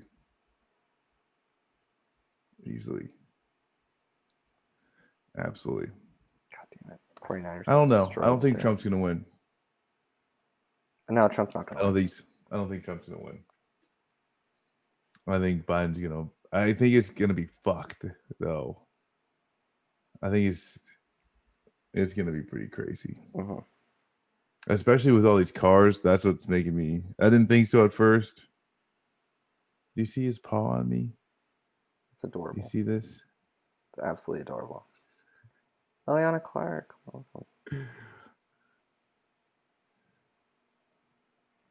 That's adorable. Your cat's adorable. Yeah. But, geez, we're getting all these followers or these viewers right now. My computer's fucking dying. All right, let me see. Let's just go until my computer dies. Fuck it. All right, we're riding this thing till the wheels fall off. We're riding it. Let me plug in my other monitor. See how this works. Well, here. What was Erica saying? We should just make Erica come in and then take over. Oh yeah, re-enlisting in the reserves when Biden overturns it next year. I'm going to look forward to it.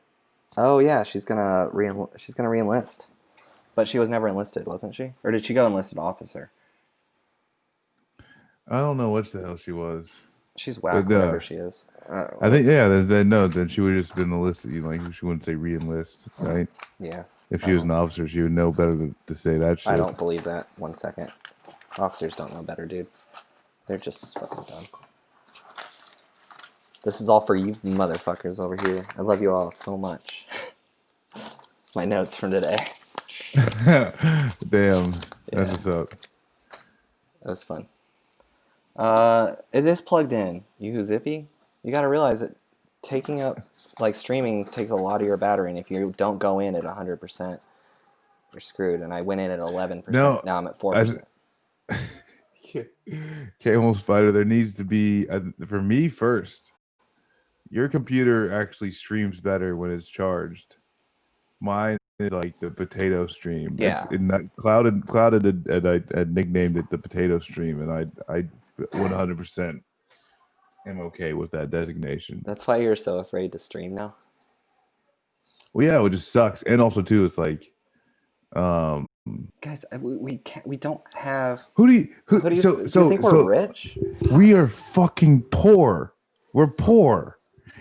I don't even want to show you what this fucking boom is actually attached to, right? We're fucking poor, man. Yeah, PC elitists. We can't all be like, God, we can't all have a rig like Ilhan Omar for Among Us. No shit. Especially with the new fucking thing, like we've been talking about it too, and like that's the thing. It's like we've been even talking about like, okay, hey, well, there's like, so Erica's got a good one, a good rig, if you will. The rest of us could use something, could use an upgrade. So it's like, well, hey, should we buy in, quote unquote bulk? Would that be cheaper and more efficient and easier and all this fucking shit? So like, give us a fucking break, man. Give us a break. We're trying, but we're poor, okay? We're fucking poor too, and that's not me begging. That's just letting you know the truth. Yes. So, what do you want to show off on our Twitter right now? We talked about Charlotte.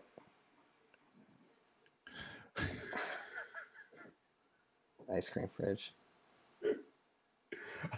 I've got a mini fridge in my living room. I'm balling like that. It was actually a birthday gift actually from a friend of mine. I mean, this is all I got behind me. That's about it. Yeah, this is pre-COVID. He didn't like having to go upstairs when we were watching TV to get a drink when he was at my house. So for my birthday, he got me a mini fridge. I use it though. I use it. It's not $25,000.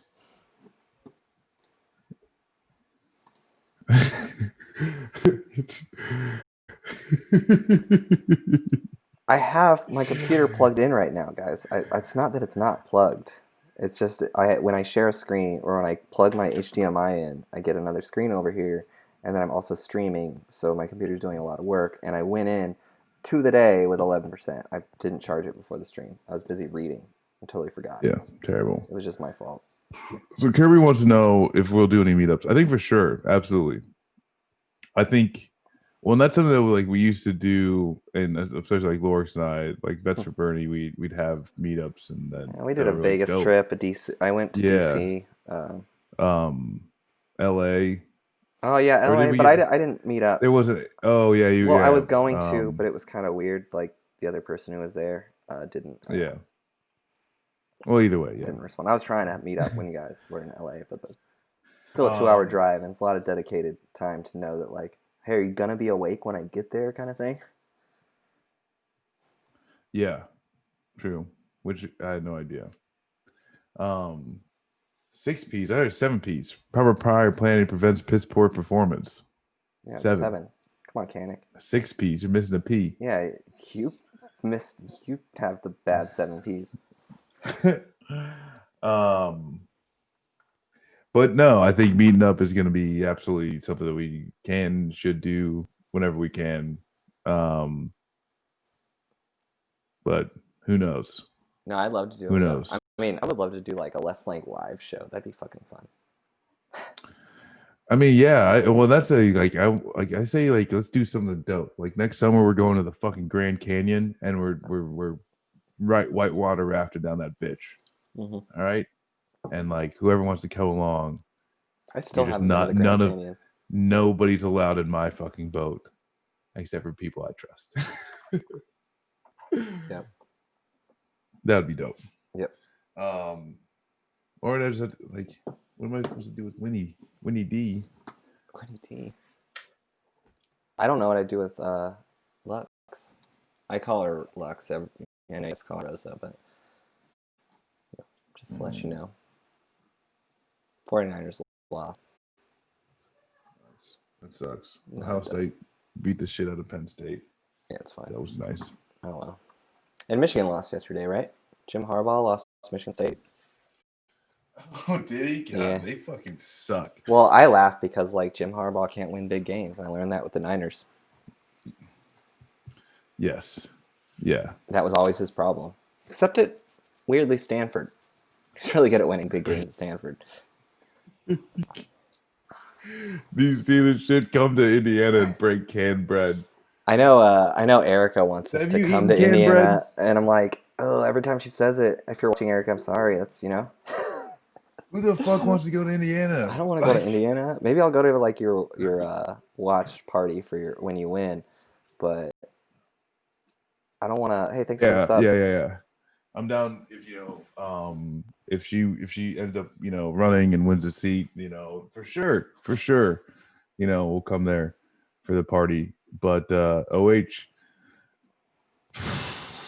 Indiana, and I can't say I've ever like really been anywhere in Indiana. Mm-hmm. I've just like driven through it.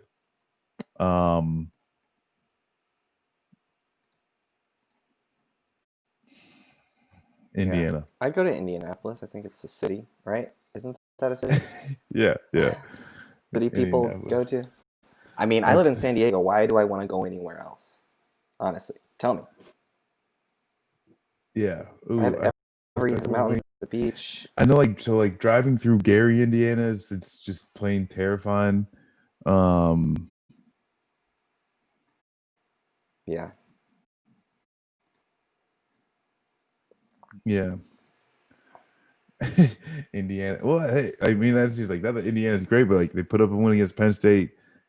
Penn State's offense looks pretty decent. Their defense is porous, you could say. Sundays where we talk sports, socialist theory, and what's another S? Sports. More sports. Sports. More sports. Um, I can't talk about hockey Sorry. right now, though. Rowdy Burns isn't around. Actually, that's what we should do. We should organize any meetup. We should organize it around like just like heckling, shit post IRL, like finding, like the Republican National Convention or Oh some yeah, shit just like like that. hang out at a bar near the Republican National Convention and just like do Just a wait. do a live Socialist Sabbath. Yeah, we could do it on the street Yeah, and just fucking fuck with people. absolutely. I'm down. I'd be CPAC. have a CPAC trolling. Yeah, just sit there with like who's that asshole, that piece of shit Canadian that always gets like punched every once in a while. That's like got to prove me wrong. Jordan Peterson? No, He's no. just another Canadian asshole. Yeah, he's a younger dude, Crowder. Crowder, that's Yeah. the fucker. Yeah, I'd just be like sit there with like the blue Lives Matter flag is a sign for pedophiles. Prove me wrong, and I'll just sit there and just like flick people off while I'm wiping my ass on the American flag. Yeah. Crowder's a piece of shit.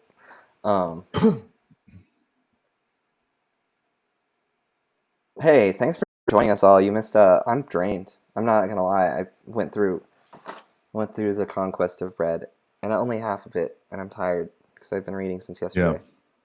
Yeah. Well, I think this is another good one. I'm happy that we're doing this. If Chapo does, it's fine. We're veterans. What Chapo does, like Chapo went to CPAC CPAC. trail? Yeah. We're not talking about going into CPAC, but No. So like that thing is like what we can do that Chapo can't is infiltrate, right? Like if any of us shows up in uniform or the veteran shit, you know what I'm saying, and we just start spouting off whatever, like we could weave our way in, and then really start fucking around. Yeah, I mean, look at me, guys. I am the socialist Gavin McGinnis over here. Yeah, what fucking base Gavin? Look at this. I would if I actually went to CPAC, I would. I'd get a haircut, shave, suited and booted. You know what I'm saying? Yeah. I'd do the whole fucking nine just to fuck with these people. You know, there was I went to blacks for Trump tie. I went to PCCC candidate training. That's a progressive candidate change campaign, whatever it's called. I actually just did the interview because a bunch of my friends were going. I was like, if they're gonna pay my way, I'll go. So I did the interview process. I actually went to like 2 sessions and like partied the whole time. But it was a good way to like network. But one thing that I took out of that was one thing someone said to the crowd. Forgot who it was. He was a socialist, but he was like, dress like a Republican and speak like a socialist, because that's a good way if you are running for office and you are running on like a leftist message. You know, if you can show up in a suit, dressed up, but you're like, hey, we must see some production, blah blah blah. You go into like speak in a way that that workers care about and voters care about. Yeah, no, I think like Lee Carter had, every once in a while there are like libs that'll start making Lee Carter because he doesn't look like a fucking elite, you know? Yeah. They'll make fun of his like teeth and shit like that, and it's just like you can like they don't fucking get it, you know, at all. No. I think like for me in San Diego, socialist, it's different. a straight up socialist winning in Virginia. The fact, like, it's amazing that libs don't see a guy like Lee Carter and just absolutely like diarrhea their pants in fear, because that's the ticket right there. A guy like Lee Carter, that's the ticket right there. Yeah, Lee Carter's great. Hey, go bug him on Twitter. Just tell him to come on the left flank. yeah, he is probably one of the most hated.